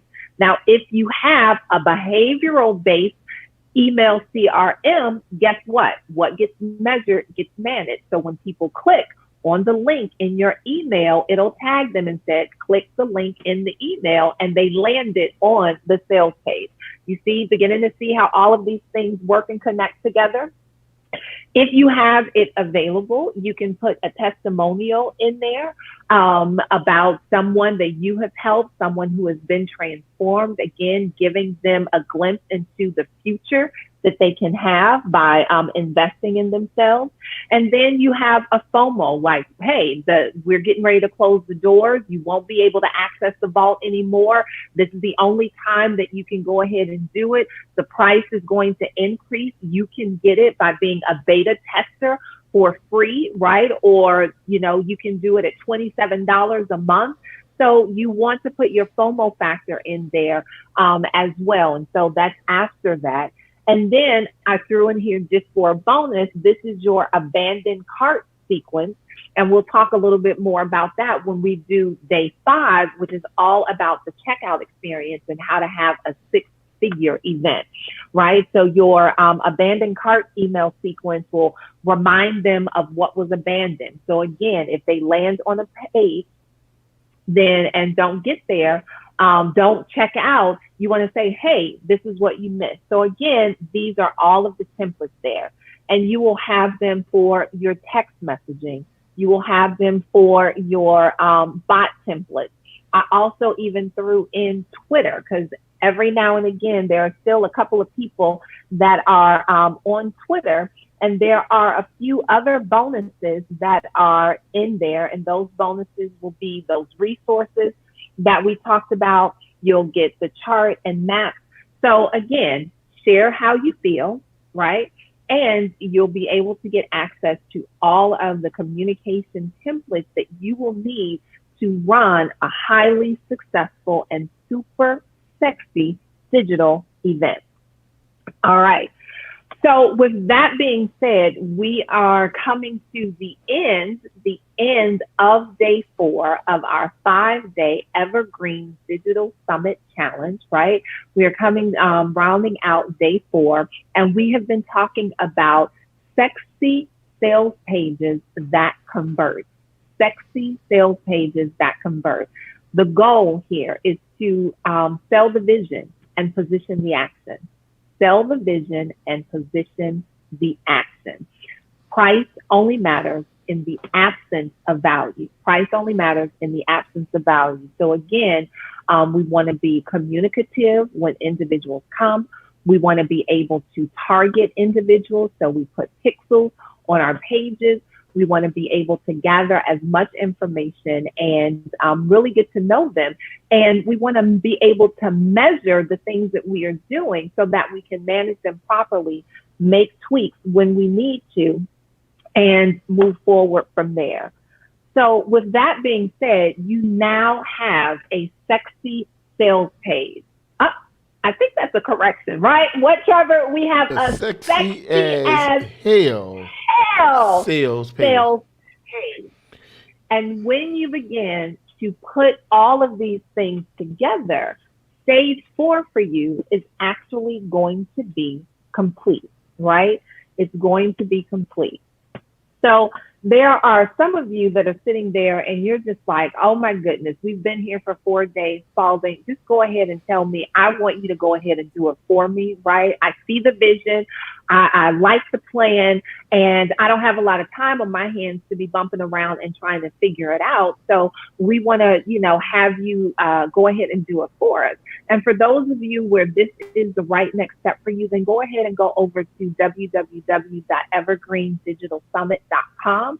What you will see is that on that page, there will be it'll collect up your information, right? And it'll take you to another page that says, hey, I want to speak to an evergreen specialist. I want to speak to an evergreen specialist because I know I want to go ahead and put this workflow in place for me. I know I want to go ahead and have a 5, a 6, or a 7-figure launch. And I want to talk to an individual that can help me go ahead and do that. So go ahead and register and stay in the loop, and we'll make sure that an evergreen specialist touches base with you, and we'll get all of your needs taken care of. And Spalding, what I'm going to do is I'm going to, if you give me a second, I'll pull up some people who've done some successful pages, right? Okay. And I know you had sent me the link. Let me just see if I can find what you sent. Oh yeah, I found it. You found it? All right, So I all found right. your pages, right? And so I will just skip to these ones real quick. And there are people who marriage can win. This was So this let's sexy. switch the screen because it's still you and I. They can't see the screen. Okay, so let me just get that moved over. Obviously, you had Donna All right, Izzard there we and go. her sexy as hell sales page, right? Done by the page was designed by the Black CEO Graphics Club, and the funnel was created by the Black CEO Tech Club.com. So Black Tech CEO Club. Graphics Club.com, Black CEO Tech Club.com. You can just see, just even there, you just kind of It's see. visually stunning. Yeah. And then let's go to another sexy as hell sales page for Marriage Can Win. Done by the Black CEO Graphics Club.com. And the funnel was done by what? Black CEO Tech Club.com. Techclub.com. Right? And you can see how they did this sexy as hell sales page. And for them, even the copy was done. Right? So, literally, you can kind of see that these are people that did it right. Sonia Scribbling. Right? And we're going to move through this quickly because I know we all got stuff we got to do, but this could be you. This could be your page. This could be what's going on for you. And this could really be what's happening for you. You can look at her page, and I love how the colors, the pictures. Remember, colors evoke emotions, pictures evoke emotions, words evoke emotion. But when you get all three of them together, you get passion, and you want people passionate about your brand, passionate about your products, passionate about your services, passionate. And when they are passionate, right, what you're trying to do is you're trying to create an on-page, orgasmic experience that causes the person to say yes every time. That causes the client to say yes to your brand, yes to your products, yes to your services, yes to your membership, yes to your mission. It's time for some of y'all to start hearing more yeses. It's time for some of you to start saying yes to your brand, yes to your future, yes to your destiny. Can somebody just say yes, right? Yes, you're ready for something different. Yes, that you're ready to really have an amazing transformation, an amazing life. And, I particularly love how the Black CEO Graphics Club captured the essence of her brand, the essence of her products, and the essence of her service. And then you had even Jennifer Harris, right? She believes that every woman has greatness in her, an untapped potential that she can only be activated when she finds the courage to step into her purposes. Too many times we've let our confidence get in the way of our cash flow, allowing our doubts to create a deficit in our finances. It's almost like she wrote this for today, right? Success is not something we achieve alone.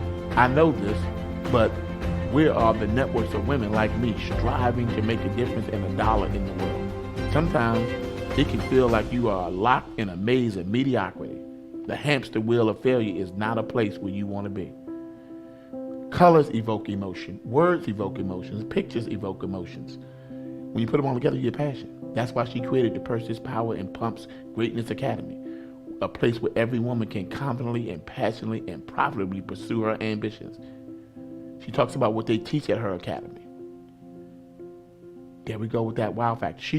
You got to treat your sales page like a fashion show. One of the things that the Black CEO Graphics Club does is they treat every page like a fashion show. They look at it as an opportunity to literally show off your brand. And so your pages can be amazing, right? You can have whatever you need relative to your brand. You can get started today. So in closing, here's the last thing that you'll need to do, right? So one, I want to tell everybody, go to evergreendigitalsummit.com and literally let's show them that screen, Trevor. Let's get that up. 1 second, I'll get that up for you. Mm-hmm.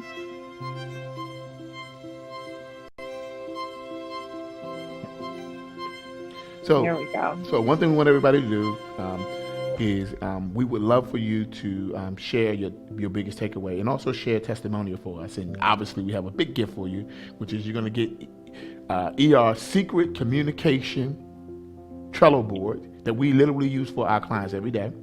All you got to do is go to sharehowyoufeel.com and leave a testimonial. Today's testimonial is the number one reason why somebody should attend the digitalsummitchallenge.com and the thing that you enjoyed the most. So it's two things.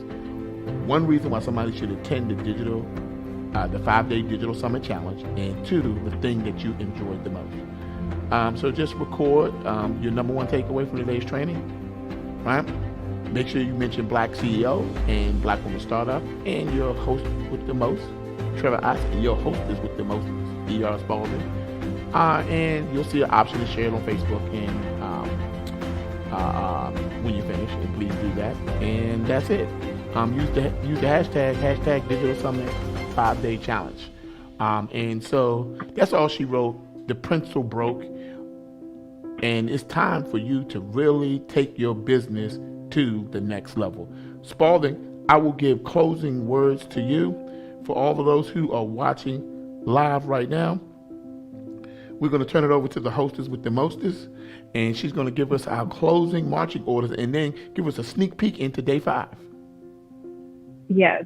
So for those of you who are watching, wherever you may be, if you haven't registered, it's not too late. Go over to digitalsummitchallenge.com and go ahead and get registered so that you can, one, go back and look at all of the days that you may have missed, share away so that you can unlock some of the bonuses. It has been our great honor and pleasure this with you this evening because we know that you labor so that you can learn, but you learn so that you can live.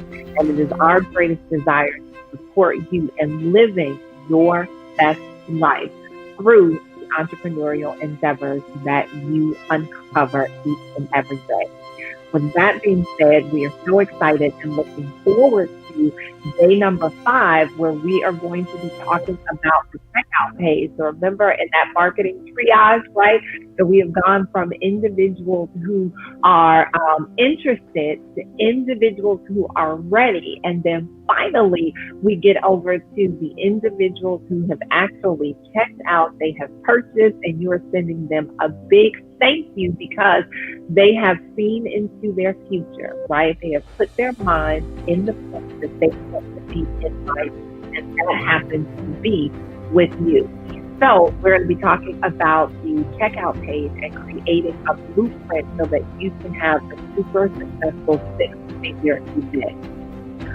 With that being said, we are going to say goodbye, shalom, Alvida's day. See you tomorrow. But same calendar time, same calendar station. We will be back here tomorrow. So with that, Trevor, I am going to say Black Woman Startup out. Black Woman Startup. Wait. It's Black CEO Right. out. See? He didn't even catch We that. are universal. We are universal over here. Black. It took us a whole 3 seconds to figure that out. But no, my name is E.R. Spalding from Chicago, Illinois, and I am a Black CEO. Black Woman Startup out. All right, I'm gonna go over and check out. I see some of these testimonials coming in at sharehowyoufeel.com. I'm gonna go check a few of those out. I'm gonna check those out right now. All right. All righty. Go to sharehowyoufeel.com. Woo woo. Oh, by the way, Spalding, I think tomorrow we officially start meeting with people who signed up at evergreendigitalsummit.com. We start the first meeting with people who want to have their own digital summit and get it done for them. So if you haven't gone over to evergreendigitalsummit.com, you better go do so now.